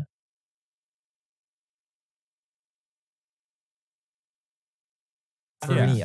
The movie, what I kind of wanted from it, it delivered. Where I just wanted like, I feel like I've been seeing so many of these random like A24 dramas. I kind of just wanted a fun action movie, and it gave me a fun action movie. So yeah. So I think let's it was good talk at doing about- that, but it was like I didn't walk away. I just walked away and I like forgot about it basically. let's talk about what happens in this movie.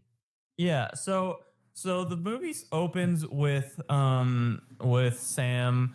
He's the new Captain America as established from whatever last time we've seen him. And he stops this robbery from like of a unknown substance from in like somewhere in the middle of Mexico from Giancarlo Esposito. I don't remember the character's name, but he His name was plays it like Giancarlo he Esposito. okay. Well, I mean the character. Yeah, no. Yeah. Yeah. But he is like, ha, I'll get away. You'll never know who the buyer of this mystery item is. And then they fuck up this other side guy. But so because there's this new Falcon now. His name is Joaquin. He's from the comics. I had to look him up because I didn't know. I think Recent- he was in. He was in Winter Soldier, and He Falcon was, Was yeah. he? Yeah. Falcon and the Winter Soldier. There was like some parts I of it. literally do not remember. I don't remember that either. I thought he was a Yeah. new character. Regardless, he's the new Falcon. So Sam has moved up to Captain America, and Joaquin has moved to the new Falcon, which is cool. But he's like, hey, I'd love to do some training. And so they go to Isaiah from Falcon Winter Soldier. Right.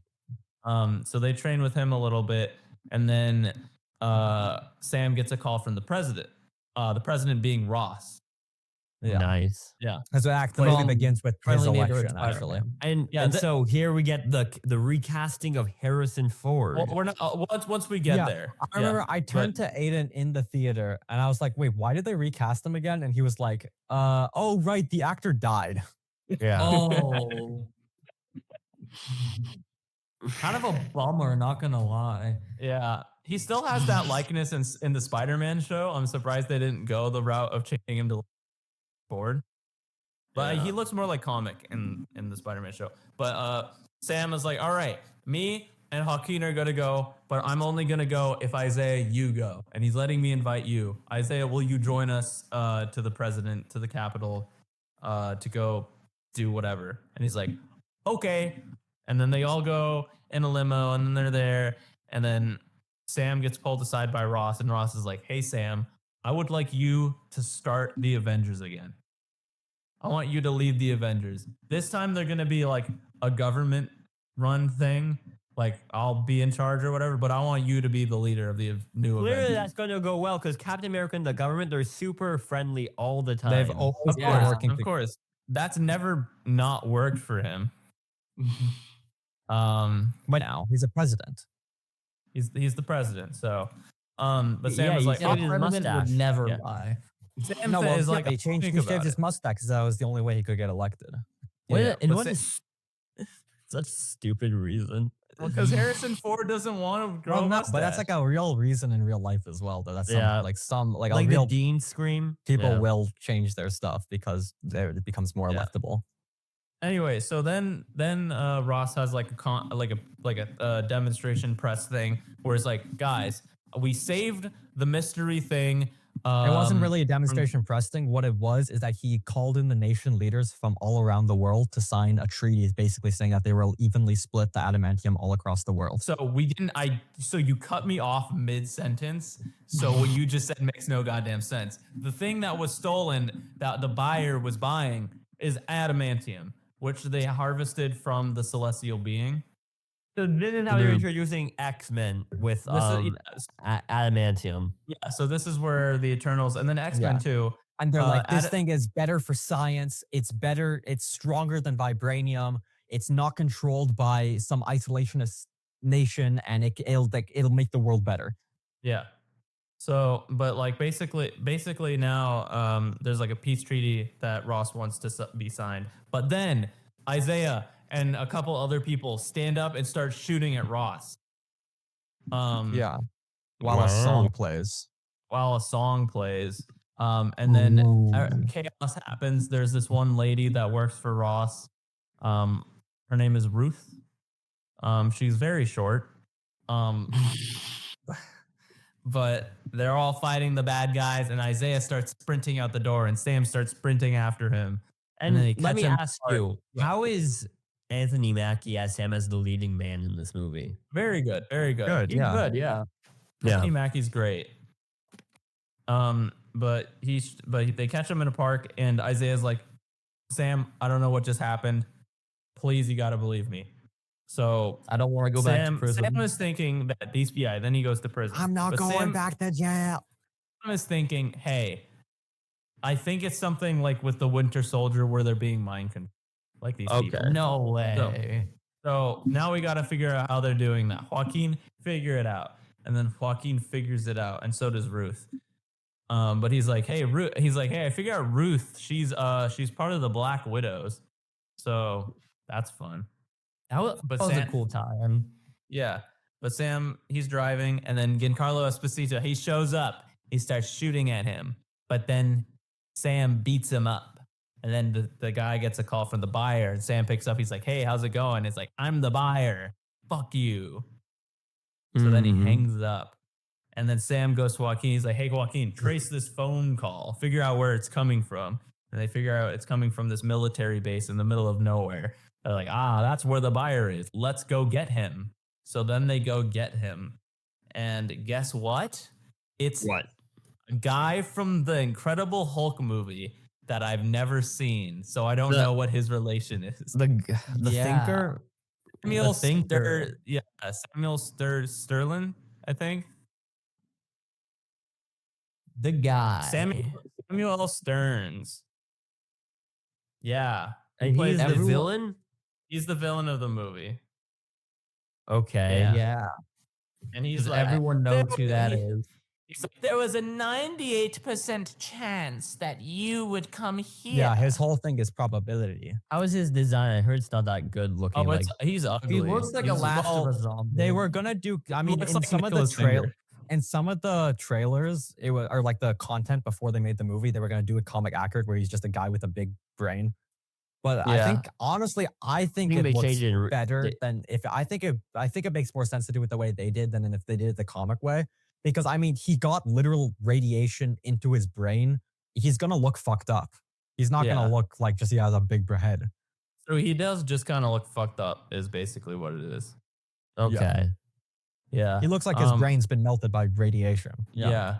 But Sam and him and Joaquin figure out it's probably this song and the flashing lights from the phone that make them trip out.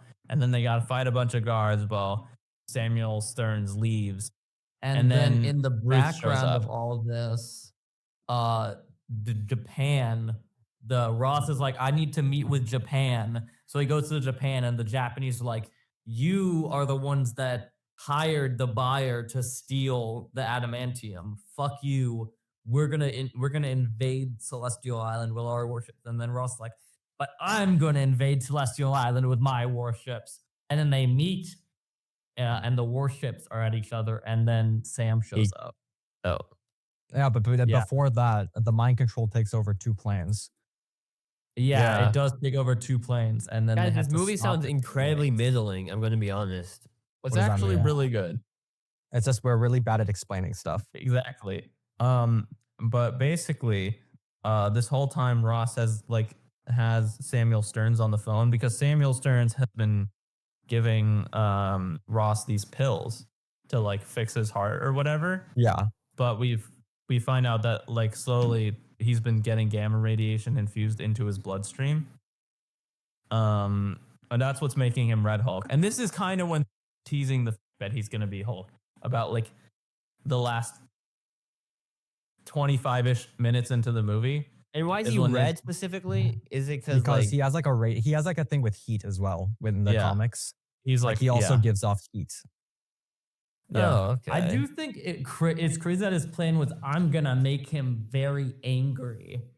Like he's Well, just no, gonna 'cause take his- one out and like taunt him. His plan was to ruin his reputation. Yeah, but Yeah. I mean, it was betting on someone to the fact that he would get mad. Well, Where it's no, like, what if- it wasn't betting on the fact that he would get mad. It's the fact he talks to him on the phone and gets him mad himself. Yeah, no, I'm saying like imagine he was just like, nah, dude, I'm fine, I'm chill. Then just nothing goes wrong. But that's not how his character works, Beck. Yeah, you just don't understand the character at all. And then. how is so like is Harrison Ford utilized well in this movie or like what? I think so. I think so. I mean, it wasn't standout, and I think it was fine. I don't know. Yeah. Anyway, Joaquin dies. Nobody wants almost. the conversation about Harrison Ford's acting. It was Yeah. fine. It's Harrison Ford. It was good. Like I genuinely like the people are over hating this movie way too much. It's not that bad of a movie at all. No. It was like a good movie. But they're in the hospital and Bucky shows up and Bucky's like, "Hey Sam, it's me. You're Okay. you're a good hero." And then he leaves. Can I pause you for like 2 seconds? Yeah. In my theater when Bucky showed up, I want you to know someone gasped so loudly the entire theater could hear. Like It's not it that was- shocking. I know. I was like, I just said, oh my God, is that Donald Trump? Yeah. That's what He I kind of said. still had. Aiden pointed out he did have some of the He had the mannerism Trump still. He did cadence, like yeah. this when he was speaking. That's funny. That's a Trump thing. He's still he was- doing it. Because he was also like playing. He's also now a politician, right? In real? Oh, well, yeah, Bucky is, yeah. Yeah, Bucky is he? Yeah. Yeah. Okay. Anyway, Sam is like, I'm outside now. I don't know, something happens. And then Samuel Stearns shows up. He's like, I'm turning myself in. My plan was to make Ross humiliate himself and tinkle in his pants in front of everyone. And he's tinkling right now. And then we cut to Ross turning into the Hulk, and he turns into, oh, Red Nungas. Yeah. I'm And then- hulking out. He And destroys Sam- the White House and the Washington Monument. Yeah, and then Sam fights him, and they fight, and then he wins, and then they go, and then the movie's over. Yeah, and President Henry Ford decides to stay in the raft. Yeah, he goes to the What's rest. the post-credit scene?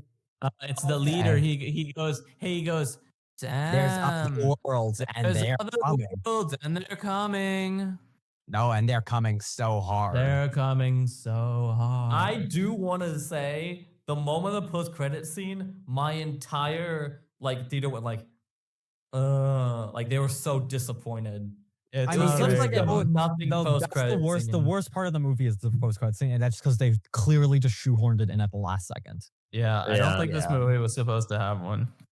I mean, it sounds like, I know you guys said you like it, but I don't know, it feels like there's not like energy to this movie. I don't know. It just doesn't feel like that engaging as a Marvel movie. It was a good movie. Maybe your issue is that you're watching it I wrong. don't think that's a good movie. I mean, I I- well, enjoyed it, but it was I would wrong. I would not call it a good movie. I think it was a good movie. I Well, thought it was. you're a Marvel shill, Nicola. We all know. No, that. I just like I'm not even thinking of it as a Marvel movie. Just objectively, just as an action movie, it was a good movie. I can't imagine what. I wonder what the fucking reshoots were to make it Oh to my this god! level. Like I if heard it's there at weren't thi- even reshoots actually. I mean, I've heard like a lot of like test screenings and like rewritings and stuff. I also heard that, but then I also just saw that there wasn't any. Oh, so it was just all lies. Yeah, they were just like, yeah, that's just what films do. Like we just did the normal film process. I don't know what the they're talking about. But it was good. I think one thing that I didn't like was like Sabra. I don't know why she was here. That's the Who's- Black Widow, right? Yeah. Yeah, she did That's a- not seem that's- necessary. Also, just as a character, I think people don't really like her here. I'm gonna send you a screenshot of one of her appearances in the early comics. So it is a bit outdated, but if you would like to see the character that they adapted in the movie, that's what we're dealing with. But I didn't really like her. She wasn't that like fun or anything, and probably could have. Yeah, Better show the Yeah, camera. we all know. It's fucking like that. That's not. That's imagine just like a copy and paste Black Widow, and that's what she is in the movie. Yeah. I don't know. It just feels like I don't know. It doesn't seem like that interesting. Well, I think you really. should actually watch the movie yourself instead of trying to take other As people's someone opinions. who's never seen Never- the but movie, Nicola, I think as it's someone who's never boring. seen the movie, I think I have every opinion about it. Yeah. I don't know. It just feels like I don't know, kind of middling. Because I kind of want to see what Thunderbolts, because that Thunderbolts seems like something. Thunderbolt looks good. Yeah, But I don't know. I hope it. Maybe I hope something's different because I don't know. It feels like if the next kind of lower effort Beck, I'm telling you, like these kind of more Marvel movies come out, just kind of like I don't guess middling, but even like medium high, like it feels kind of over. yeah. I mean, it kind of felt like this one was also kind of like the make or break one, whereas like the first big one after the break. So Yeah. people had like high hopes going into it, Yeah, but and I guess think there's a lot of expectations sort of built, and even if it's like like a fine Marvel movie, it's like it's still like Like, Yeah, you I kind of don't need know. something to blow people away after like such a long gap. Is what I'm thinking. Is what I thought. Yeah. So I don't know, but I don't know. It's interesting. The Marvel universe right now, it's a very precarious position because like now with the advent of the DCU studios coming in to play with like pretty big heavy hitters like Yeah. Superman. I don't know how much Marvel can stack. Fantastic Four. We didn't talk about this last week. It looks promising, It but looks it's good. still. I don't know what the hell you're talking about. It looks good. I don't know. It looks promising, but nothing like I thought it was. This Uri guy insanely- just hates Marvel. I don't know. Just like it I doesn't think seem. this Nicola guy just glazes Marvel. I think you're a No, glazer. I think you guys are just overhating. I also think you're Mhm. overrated. Like, it's not even like that incredible. It's just like not shit. It is just, it's good. But there It's a used to be fun like watch. But there Yeah, used to I be put like it very really middle good of the Marvel line. movies. 3 out of 10. Yeah, I mean, sure, there was, Or- yeah, I've always been very good Marvel movies. We're in a bit of a slump, but this is not one that is like a low point. It's not just Morbius. Yeah, no. Would not call It's it a low just- point. It is I just I'm thought saying a it's very like a middle point. middling point is sort of the I think. I'd And say I above think- average because it's Yeah. definitely better than some of the middling other mids that we've had.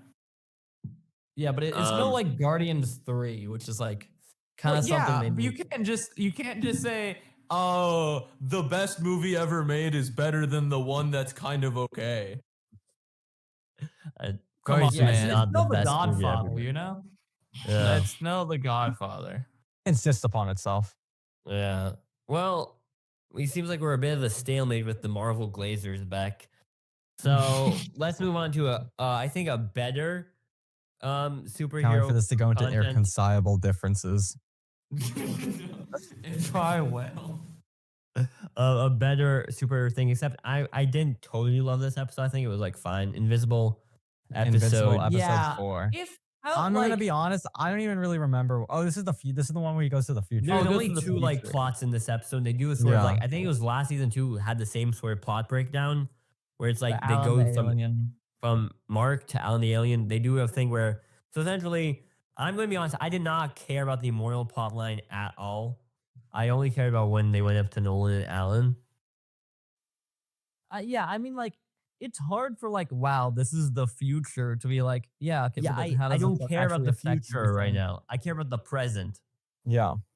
So Nicola, as lead Invincible guy, you tell us what read happens. the in Do the I comics, have to right? recap it? Yeah, but be fast with it. There's not like that much. Come on. Yeah, okay. So basically, Invincible is on a date with Eve, and Mark is like having fun, and they're like, "Oh, I thought this would be awkward, but I guess it's not. So I guess we really were meant to be with each other." And then the two people that stole the Declaration from Independence originally came back, and they're like, "We're from the future. You got to come with us. There's not enough time to explain." And they go to the future, and they're like, "There's some madman that's taking over the world." And we find out that madman is the Immortal, and he's drops like some lore stuff about like how, oh, Mark is like the emperor, and he shouldn't have left him in charge of Earth because he went crazy, and how he has to now Mark should kill him so that he can get relieved of his duty. So then they start fighting, and then Mark kills him, and then they're like, oh, that's done. And And then then he Alright, I goes back wanna to the go present, through and two then things Mark is in- kind of pissed off because he's like, oh, I had to kill somebody, and I really don't like killing people. I want to and go yeah, through back- two things in the immortal thing. First, I think it is a really fun and stupid idea where they thought, guys, if we take the ink from the Declaration of Independence, it can poison the immortal. That's just well, such he a was Abraham stupid- Lincoln. Yeah, it's just such a stupid thing. I just thought that was funny. Yeah. It definitely feels like something of a.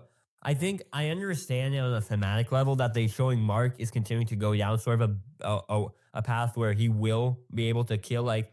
But I'm thinking like Mark's putting himself in such a bad position. Like that guy wanted to die so hard, but I think they're kind of gradually building up that he's going to be okay with more killing.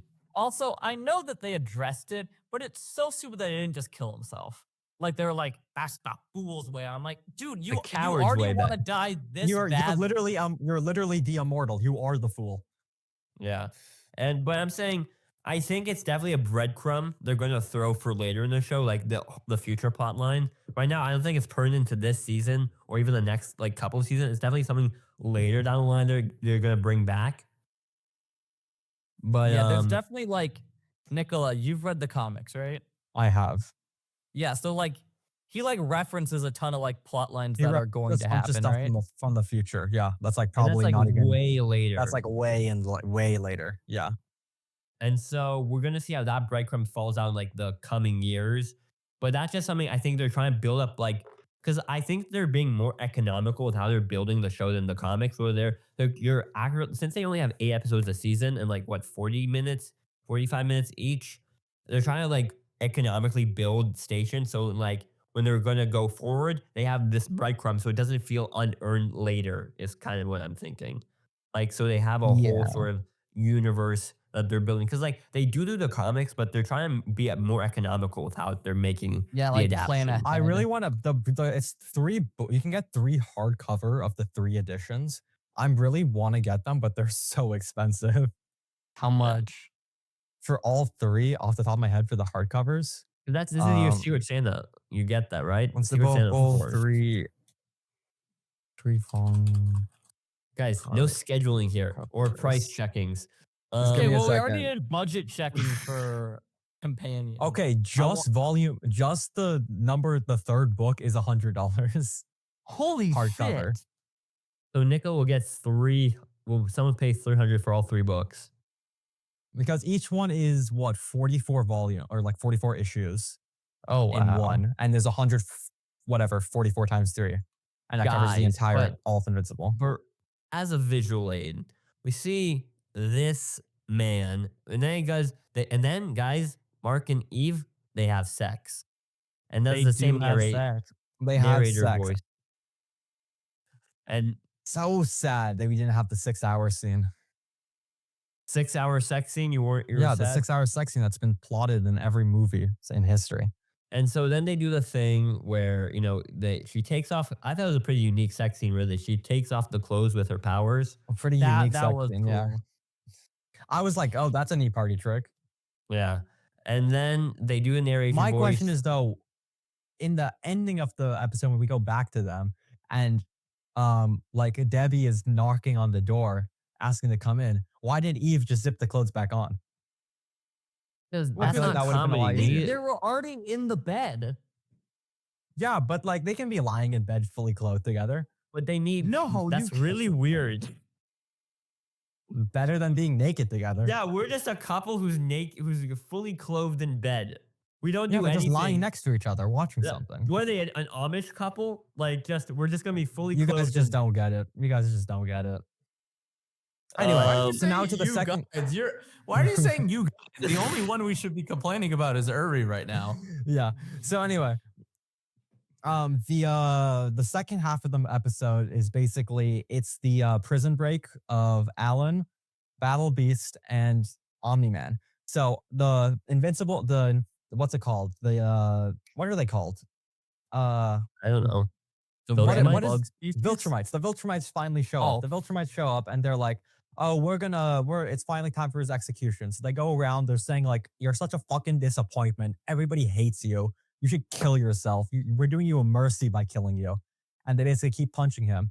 Meanwhile, Alan has broken from his chains because, he's buff as hell, except he's not as buff as he is in the comics, which is a shame because he's a unit in the comics and I wish they made him a unit in the show.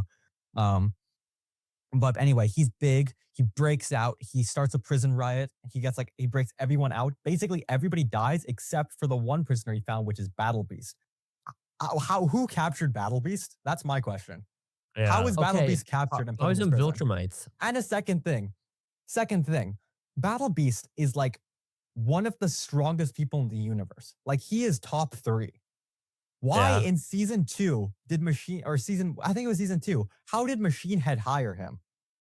It was season 1, I think. Yeah, like That was season I 1. didn't even remember How him. did Machine Head just like Because he always wants the best have him on battle. speed dial? Yeah, I don't know. Anyway, well, Battle Beast is there. He's like, will there be blood? I need to find my worthy battle. And they start fighting. They break in, they save Omni-Man, and they start beating up the 2 Viltrumites. And the Viltrumite is like, he gets punched by Battle Beast. He's bleeding. He's like, I'm gonna kill you for that. And Battle Beast is like, is that a promise? While his mouth is dripping with his blood, and they start fighting. And then And then Viltrumite almost kills Alan, but then Omni-Man decides, fine, I'll stop being a pussy and saves him. But then Alan's like, I pretended. And so what I'm sad about is there's a really funny panel in the comic where Omni-Man asks Alan, he's like, how strong are you actually?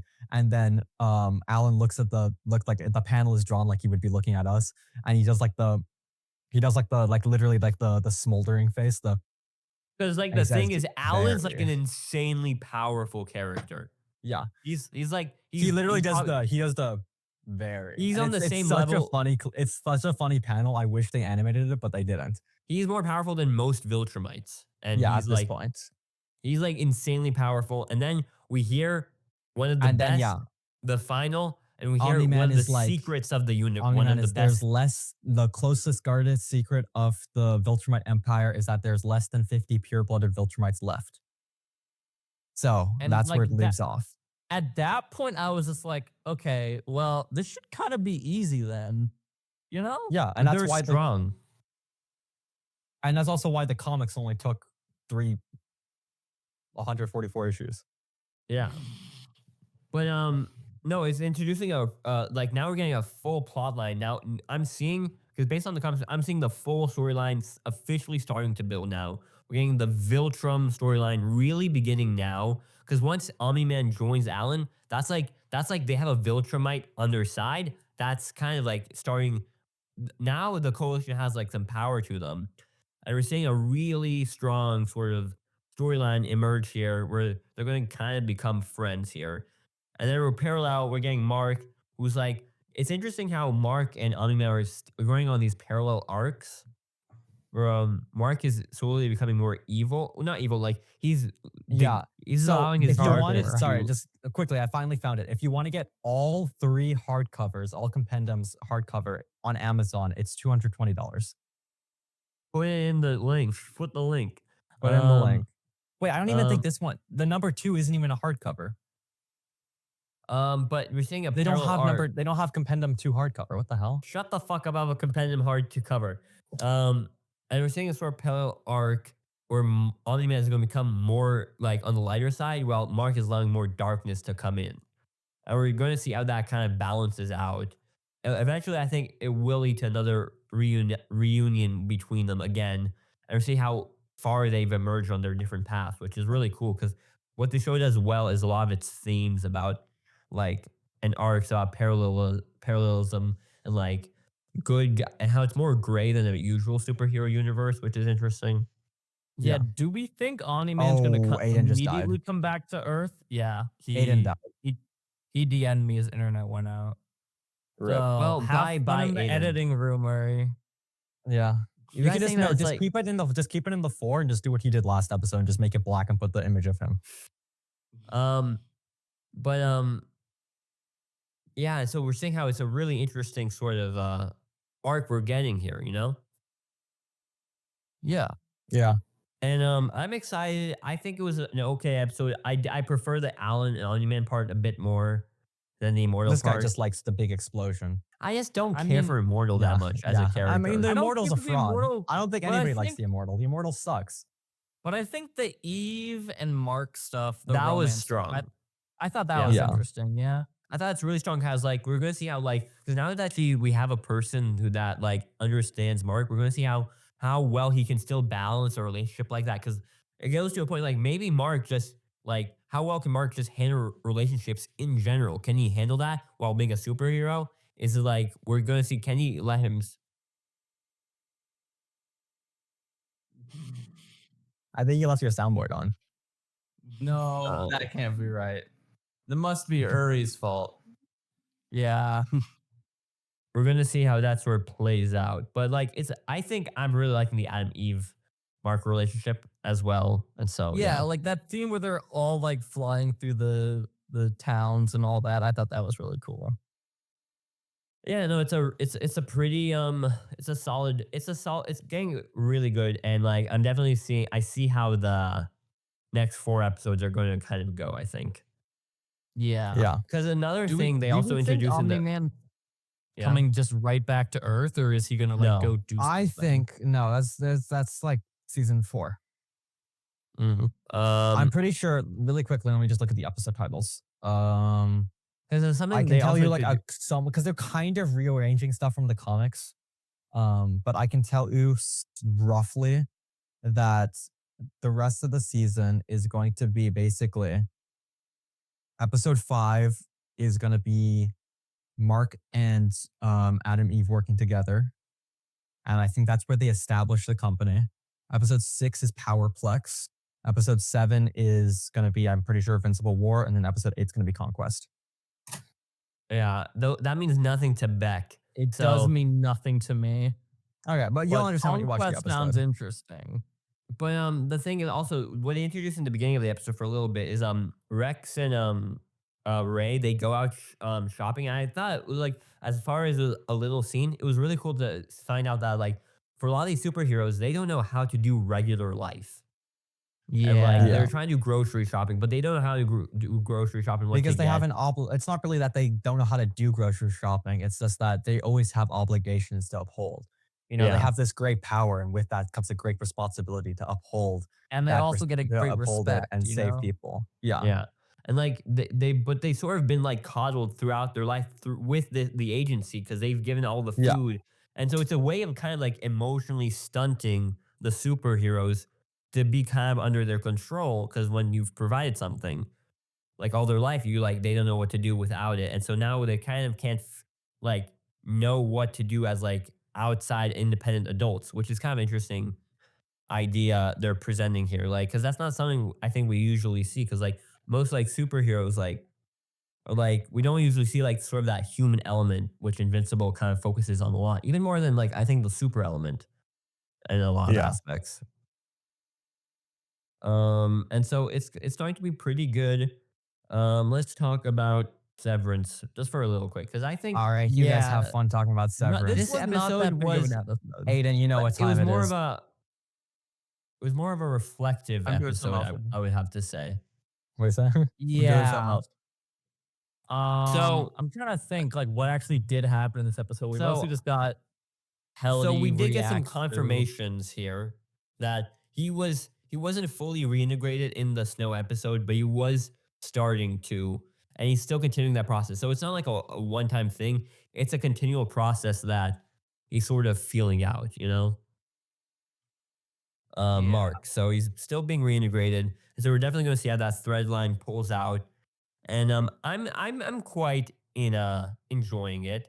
I think it was like more of a quiet episode, but it's still bringing up some things. And so we're getting that now that Helena doesn't want to go back to the innies, so she thinks they're monsters, evil. but something and evil. But the thing is, what's interesting is that Mark, his innie, he gave her more humanity with his love than any other outie in the real world, you know? And shows that like I'm thinking like a part of her, as much as she pretended and says like she doesn't like the innies, I think she secretly like loved being Heliar, you know? Yeah. One thing I do also think with the reintegration is the reason that the Innie Mark is a lot more distant in this episode is because of the reintegration. Like Mhm. why he like leaves the funeral early and like why he's like so cold.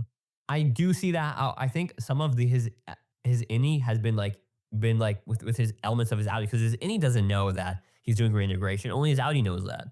Yeah. And so, but we also get the thing that now that because against it's no fault of Heliar, but because she was taken over, but he just can't trust Heliar anymore because like he doesn't know if it's Helena or not. Because like he's not telling Heliar that he fucked Helena. Yeah. But And Milkshake, so he's definitely he just fucking confronts him about it. and that was such a powerful scene because throughout this episode, we're also getting like an immense humanization of Milkshake this season, which is really interesting. Yeah. Where he And does he also- yeah. He kind of breaks character the 'Cause, like, most at that's- the end of the episode. Yeah. Because in this episode, he does a performance review and he's like kind of told to be like, you know, like just kind of like, dude, that you're failing at this. You gotta get better, you know? And like he's just kind of starting to break down. He's realizing he can't like kind of handle this. And And so he goes up to Indy He's like, "Did you tell her you fucked her at the Ortbo?" And you know, he's just like he's not managing to do as well. And we're saying how I think Miss Huang might be the one of the bigger villains, even worse than Milchick, because she's Oh like yeah, just like she's you're like don't let the humanizing humans them. have funeral. It makes them feel the Indians have funerals. It makes them feel like humans. Because in this She's episode, still very confusing because who is she? Why a is there a child. child? And so in this episode, the big kind of through line of this episode is that Dillon feels really bad that he failed Irving, and he Yeah. really wants to like respect Irving. So they have like a funeral, but Mark is not having it, and like he's like Dillon gives a eulogy, and like he just want to respect because he failed his friend. But the end of last episode, as before Irving died, he said, "Hang in there," which is kind of a strange thing, but it refers to a poster in the room they had the funeral in of that says "Hang in there." Oh. I didn't get that. And in didn't behind the get that poster when I was is a young. place is a map of the refinement room, which is the beginning scene we see in the episode of a dentist or something going to the refinement room. There With was a the same- bunch of like scalpels and So stuff. we're saying how the refinement room might be a very special place to go to. We still don't know. I have a theory that maybe it's like that's connected to Cold Harbor because Mark is also very close to this thing. Specifically, they need Mark to finish this thing called Cold Harbor, and we still don't know what that is. He's like He's- 89% done now. Yeah, he's very close to being cold. We still don't know. And this show just really manages to keep you on your toes. Like, as long as with its like many themes, it manages to also do like about commentary about the work-life balance, how like that's sort of impossible to have. How because like with this reintegration process, we're kind of seeing like your lives bleed into each other and it's impossible to keep the work-life balance separate.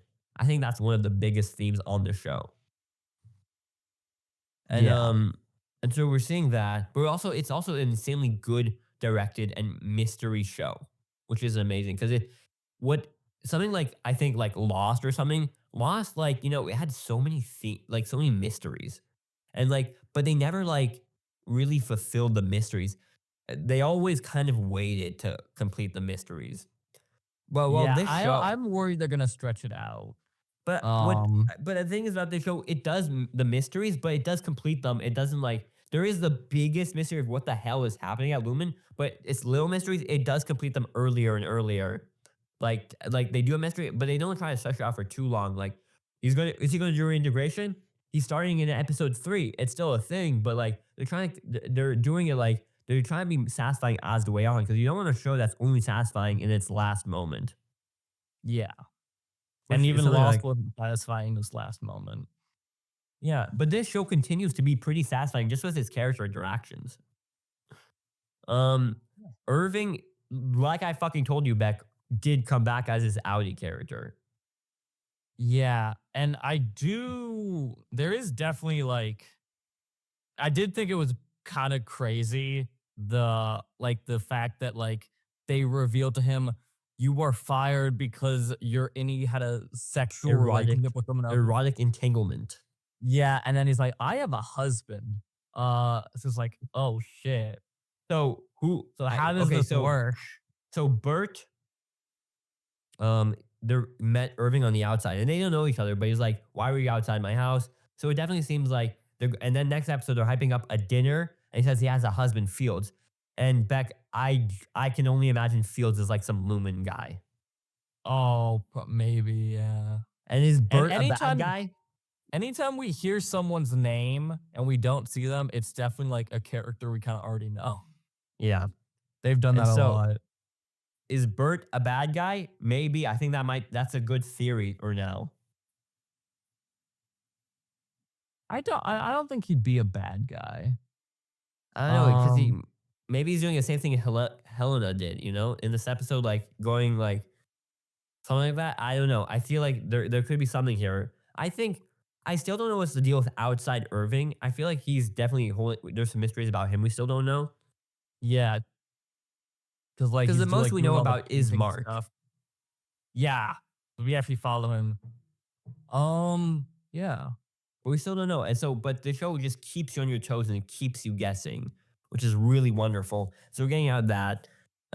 Helly is feeling kind of, I think, is feeling rejected, I think, by Mark, and how like he's just like, because he's like, what's the point? He's not dead. He's outside. He's out. Irving's outside. So he's finding like he doesn't care about this, you know? Yeah. And so it's a really interesting point. I don't know what you thought about this episode, Beck, but I quite liked it. I liked it. I definitely think this episode does pose a lot of questions of like reintegration and assuming like everyone is like forced to be reintegrated. Like there's some like insane conflicts that would arise from that. Like imagine like Helly and Helena trying to reintegrate when both of them vehemently hate each other. Yeah, I think it would just be Heliar at that point. We wouldn't want Helena. Yeah, but I think it has to be kind of an equal split. Yeah. Or maybe Maybe yeah. that's because maybe what's the biggest theme of the show? Like, if your outies, you're human.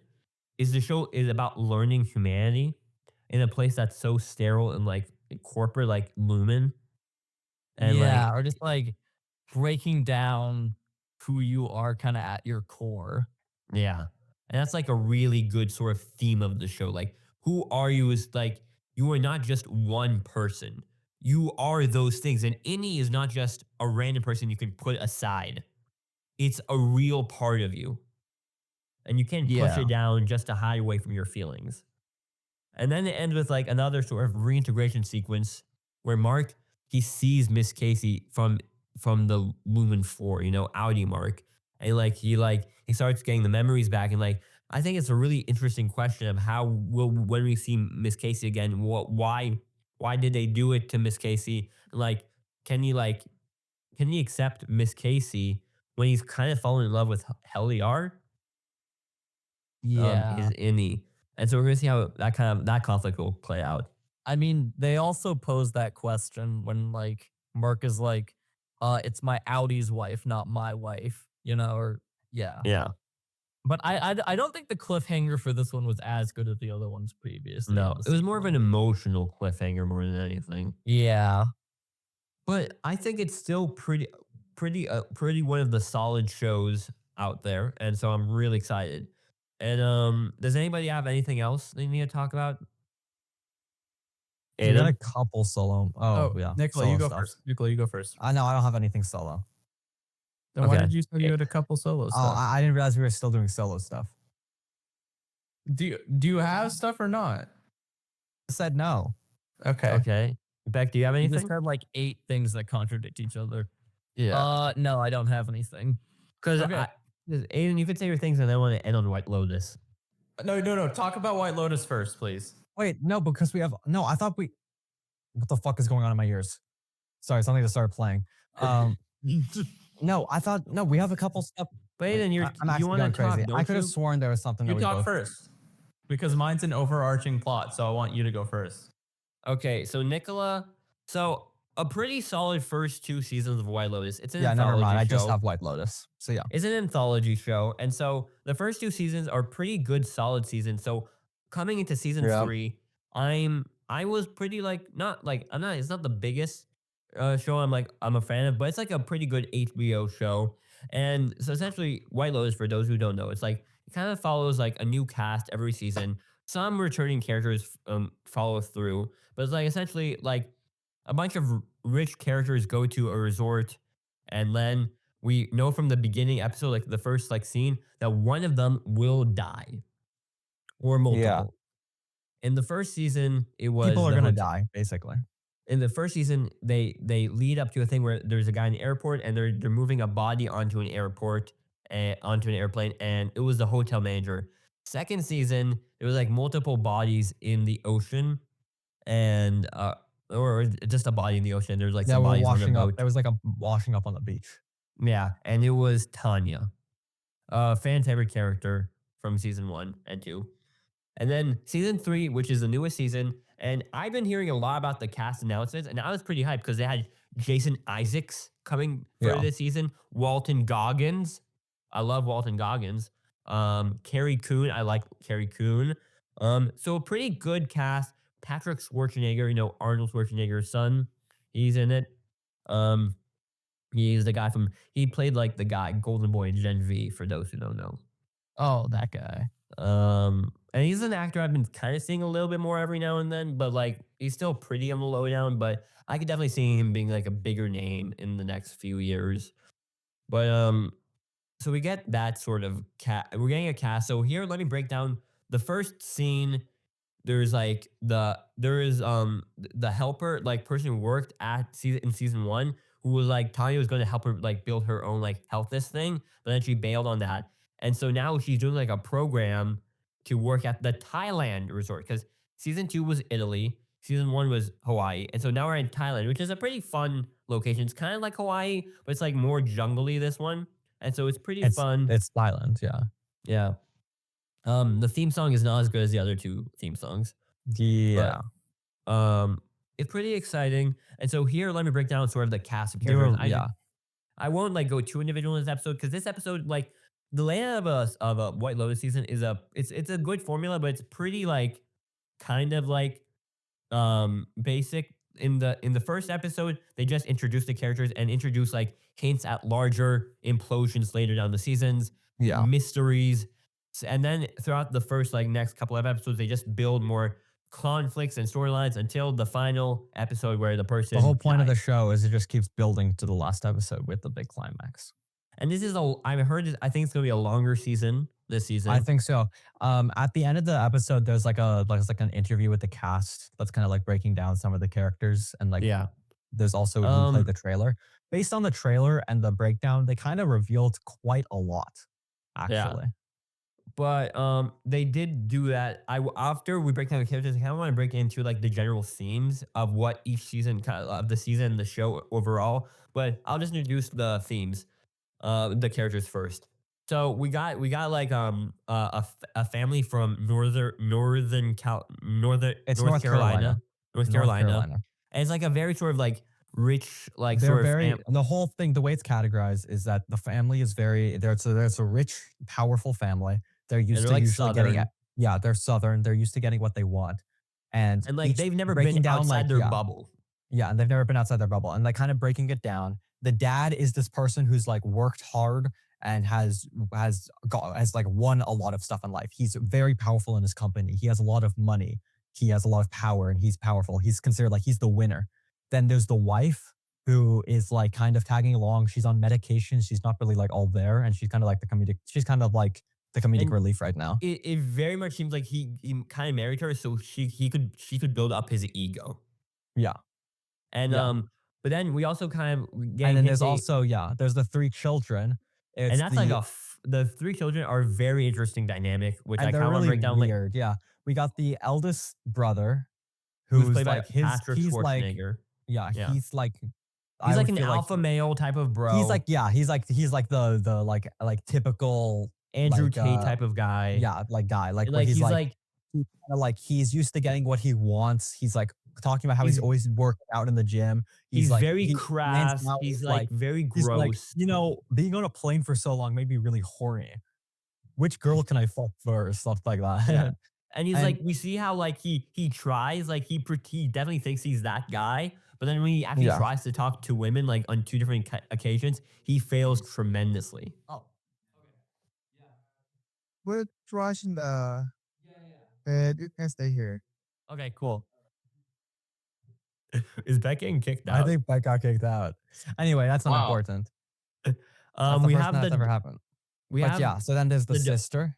The sister and the brother who seem a little bit more tame, but they definitely have their own. But there's some weird stuff. There's gonna be some there. weird things going on with them. Definitely. And the big dynamic between the family is that the dad is disappointed in all the children. He doesn't care for his He's kind of disappointed in the entire family because both parents are very clearly narcissists. Yeah. And the dad will they will never be able to live up to the dad's expectations. Yeah. Like one of the kids is like the youngest son is like in high school. He's trying to choose which college to go to. He's gone into Duke. He's gone into another good school, and he's trying to choose which one to go to. And the dad's like, "You gone into Duke. You're going to go to Duke because the dad went to Duke." And there's also this situation where like the son is like probably like a gamer guy, and like he's always on his computer. Like he's like, "Why are you always on your fucking computer?" Like something like that. He's just more socially awkward. Yeah. the brother is like really sort of like he's like the typical Mach alpha brother, but he's only works at his father's company. Yeah, he's like, So you oh, get- I'm so happy to work. I love to work, and they're like, you work at the dad's company. You don't really do any work in reality. Yeah. And so definitely like sort of like Beck, kind of like I guess you could say like a more alpha bro Kendall Roy kind of character. More than Um, Kendall? Um, but and like the brother's like really fucking gross. Like he like says this about the sister. Like our sister is hot, right? Why has Yeah. why hasn't she gotten laid? He does some really weird stuff like that. And he's like trying to. It like feels like he's trying to push the younger brother to fuck the sister. Like I It's was really getting that weird. vibe, like it It's was weird. really And also like in the beginning when they first went, they're like, oh, why would you guys be like, oh, why would we be in the same bed together? We're like grown up. We're not supposed to. The sister and the brother shouldn't like be in the same bed together. So I'm it's just getting- really they're just like being really weird. He's just like kind of being weird. I have a theory that maybe the younger brother is maybe gay and something like that. I felt that too. I felt because he's like kind of uncomfortable when talking about women, and then there was like a part where he's looking at like there's a part where the older brother goes to masturbates. They're next to each other in bed. The older brother goes to masturbate in the bathroom, and the younger brother is watching him, like wants to watch him. What? Until Not- he closes the door. Yeah. And that Yeah. kind of did me like that's kind of weird. And in the show, there Kind of I makes me think he might like men.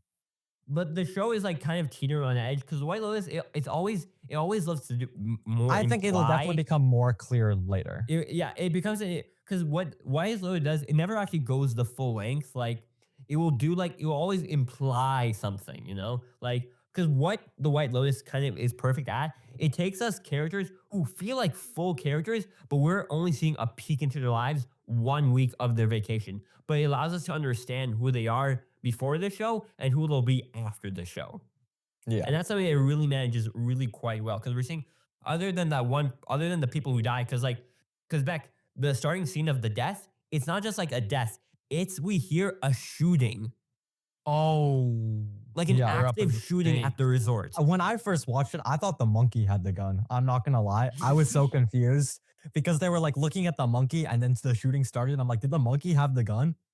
And so we have potential that multiple people might die. Yeah.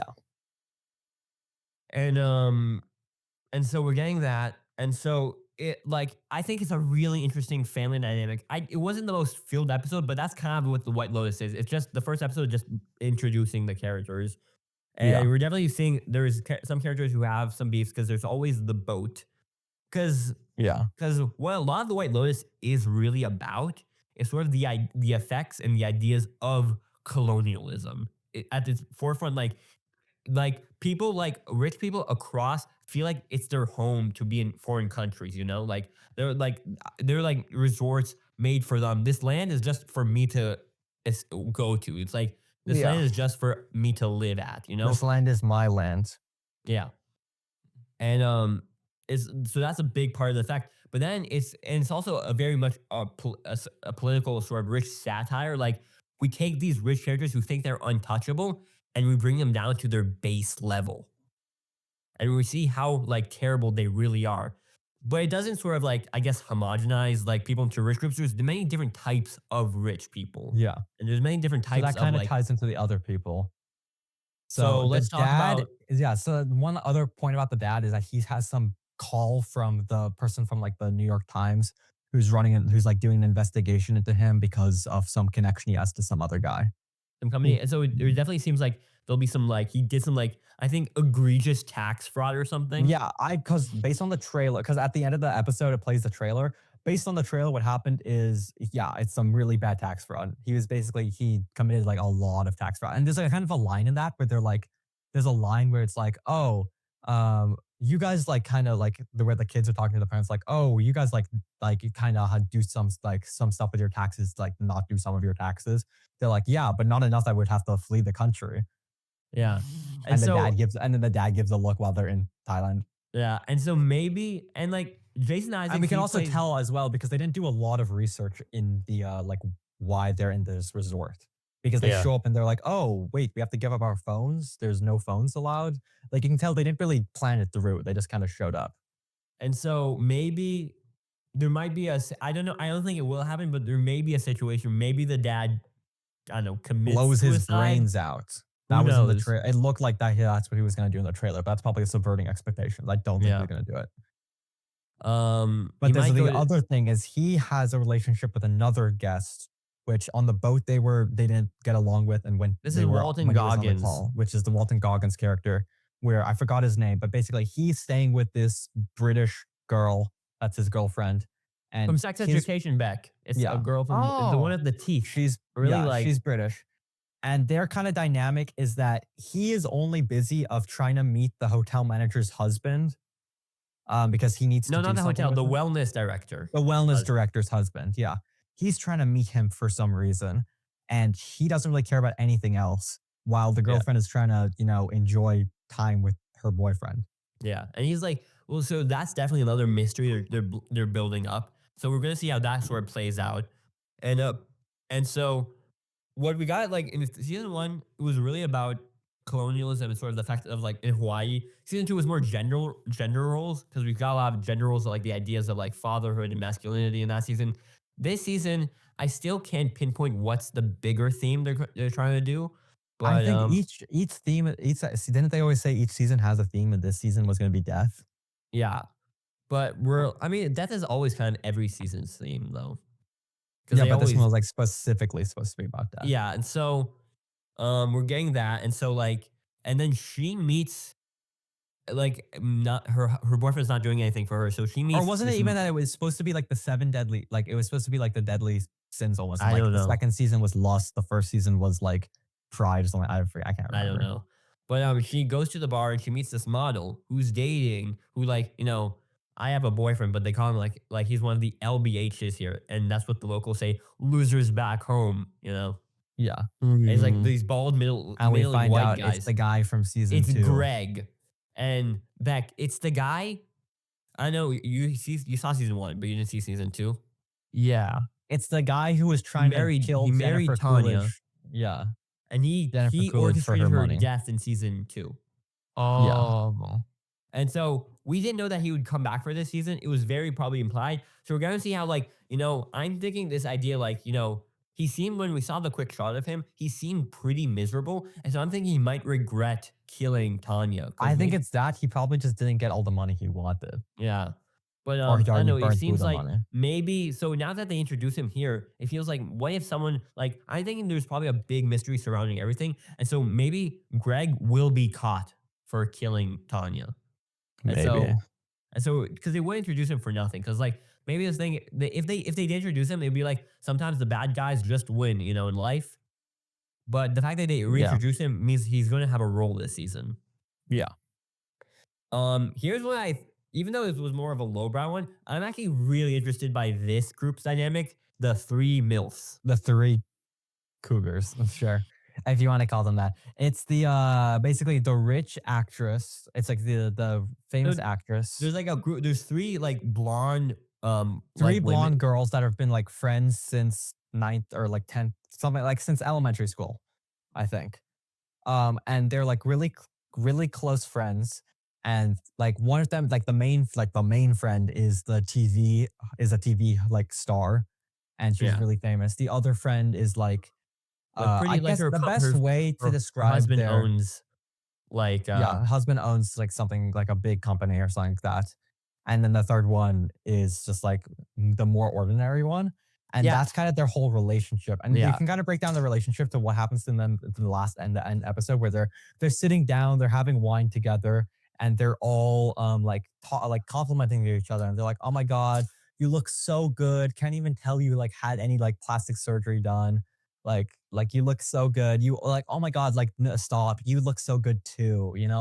Going around in the circle, and they're like, "Yeah, but oh, but your kids are so beautiful," and stuff like that. And "Oh, and you're such a famous TV host." And then they get to the third girl, and they're like, "Yeah, and your let's not daughter's forget becoming your such a daughter's wo- it's such a Which is- wonderful person." I think that's code for your daughter's fucking maybe gay or different or weird in some way. Your daughter's Yeah. your daughter's like your daughter is becoming such a cool person, which is like such a code for like your daughter's like fucked up. But I'm not going to tell you that, but I'm going to tell you Yeah. that kind of slightly. And Yeah. so, and by the way that Nicholas said main friend is definitely how the relationship sees, because like Yeah. this friendship felt so fucking real. Like It's so hierarchical. It's so clear that like the TV host is like the main girl, and then like the second girl is kind of the sucker up, and then the third girl she's is like like in the the third bottom. wheel. She's the Yeah. third, like the Literally the other third wheel. friend. And that's what happens is that she literally leaves the table while they're all doing that, and she goes back to the room. She's like, "Oh, I have jet lag. I'm gonna go to sleep." And she goes back and she starts crying because she sees Yeah, them she that looks they're at her having friends fun, like and she feels she cries. so left out. And so we're gonna definitely see how that friendship is going to implode over the season. Yeah. And so that's a really interesting storyline. We got the sort of the helper from season 1, or like the person who worked like the the wellness person from season 1 back, and her son is coming, and he's actually the guy who's in the intro, and so we know he's Yeah. safe from the gunshots. Yeah. But we're seeing how like she kind of like is broken down and she doesn't know what to do, but she wants like a restart in life at this new White Lotus resort. Which, I mean, it's kind of funny, like, because imagine like being in the world of the show. Like, guys, there's been like 2 deaths happening at the White Lotus things. But the thing is, there's been like real life stuff like that. Like 2 random events happen at this one like resort, or like this airline or something like that. And so it kind of feels like an outside perspective, like it seems like in the real world, it'll probably just like be pretty like far from connected. But I think if they do more seasons of the show, I think it's going to ultimately point to the White Lotus has to stop existing by the end of the show. Yeah. I mean, Yeah. if you have what 5 separate murders happen in a mass shooting, that's kind of when you throw in the towel. Yeah. And so I think that's the ultimate, and then it shows the ultimate destruction of the idea of where these people go, like taking over lands and stuff like that. Like, and I think it's a pretty smart show. I think it's like it does the satire pretty well. Characters are really interesting because it's just you seeing awful people be awful. And I love seeing awful people be awful. Yeah. And then they get like their karma back on them very severely. And so we're definitely going to see how none of these this week of vacation is going to go well at all for them. Yeah. And that's kind of the theme of the show. And I'm thinking, is there any other like big characters I'm missing? No, that's like all of them. Oh, there's the guard. Oh yeah, there's a little sub point with the guard right now. We're seeing because every season they do like they own like the foreign person's perspective of view, and like this is for that season. I thought the hotel manager might have been a bigger important role because in the past 2 seasons the hotel manager is like more important role, but this season it seems like maybe it'll be more like the guard, and like I don't know, one of the people who works there, like they see how he has a crush on her, but like she doesn't like him that much. And we see how he might try to prove himself to be more of a man by maybe trying to figure out one of the mysteries here. Yeah. But you like fail or something. And so we're gonna see how he probably will fail at being like the guard or something. I don't know. Yeah. But really exciting. And so we're seeing how that sort of mystery plays out. It's a pretty tight show. So yeah. Aiden, last stuff. Take us out of So here. remember, And that's it. So remember when I said I was gonna do that Paul Rudd thing? I got 2 Yeah. more movies in. Nice. You may have been saying, Aiden, I've been looking at your letterboxd. When the fuck did you watch Halloween: The Curse of Mike Myers? And the answer is right now. I just finished it. That's why I needed you to talk about White Lotus. Because he was finishing the movie during the podcast. Yes, that's why Finally, my truly looks so fucked the up. last minute movie. So let's talk. Should I talk about the worst movie first or the better movie first? I think you should get through it quick because I was almost kicked out. Okay. Well, that's fine. So one of the movies is Chippendale Rescue Rangers, the reboot, which I have talked about numerous times. It's a sequel reboot to the movie or to the show from the 90s, and also a sequel reboot to Roger Rabbit, my favorite movie. And it sucks. Somehow the main characters, Chip and Dale, are voiced by John Mulaney and Adam Sandberg, and it sucks. And it's not funny. How the fuck did that happen? I don't know. Terrible movie. But Paul Rudd has a small cameo in like when they are at like fan con or whatever, where he's like, "It's me, Paul Rudd. Hey, did you know it was gonna be called Aunt Man? Like Aunt's like your mom's sister." So funny. And then he has a cameo in the credits too. Whatever. Halloween 6. I have not seen any of the other Halloween movies. But he plays this character, Tommy Doyle, who's apparently in the first movie. But that doesn't matter because the sixth movie is in a different timeline than the first movie, fucking somehow. And he's one of the main characters. But the movie sucks, so I had a hard time watching it. It's not. So what I'm noticing is the movies Paul Rudd is in suck. That's not what I said. I haven't said that once. I just said that Okay, these but- two specific ones are bad. I mean, we're looking at so far this episode, all the Paul Rudd movies have sucked. Well, because I've only seen 2 for this episode. Regardless, So you just hate Paul Rudd this episode. Next episode it can change. next episode it can change. We'll see. But Halloween 6 sucks as a movie. I did not like watching that. It was really hard to watch. I had to pause it for over a month before I could finish it. And now I finished it, and you know what? It still sucks. Paul Rudd isn't even that good in it. The plot is really bad. For some reason, they introduce a lot of like lore in this one, despite it ending on a cliffhanger, and never being continued ever again. Paul Rudd does maybe kill Mike Myers in this movie. So like, I don't know. Not a lot of people have actually killed Mike Myers. So, And he's definitely not coming back, right? well, this is the end of this The timeline. timeline. So yeah, Oh, sure. yeah. I don't know. Yeah, but that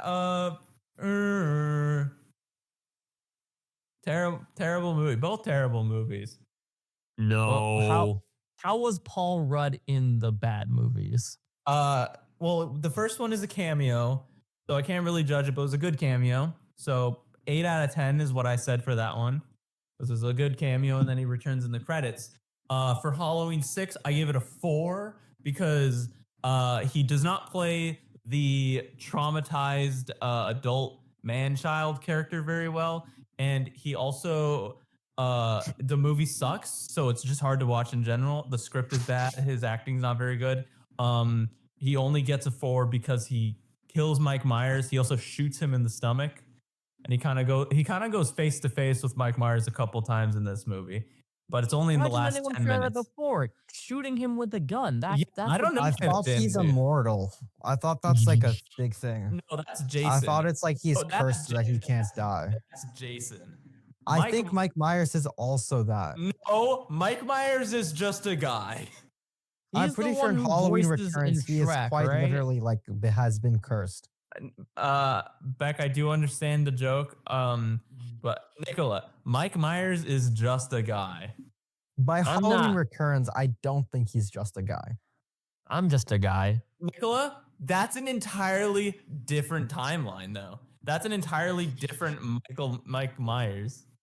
Oh, You're so an then that idiot, Mike Nicola. Myers. It's the different timeline. Yeah, I didn't know there are more than one timeline for There's, the I, Mike Myers. I think there's like 4 timelines. That's so This fucked guy's up. Wait, man. drunk. He doesn't know How the many Halloween timelines is it? timeline. Just to be Because sure. so I think the first 3 movies share one timeline, and then I think 4 through 6 share one, and then they made the one like 10 years ago where there's that one, but then that one doesn't connect to Halloween Ends and the other movie that is also there, even though they have like the Jamie Lee Curtis connection. So I think there's 4. I think the original trilogy, and then the next trilogy, and then the solo one that's connected to the first movie but retcons a lot of the first movie. Oh no, that's what it is. It's connected to the first movie, but not 2 and 3 that are also connected to the first movie. So the first movie has 2 branching timelines, and then there's the third. It's.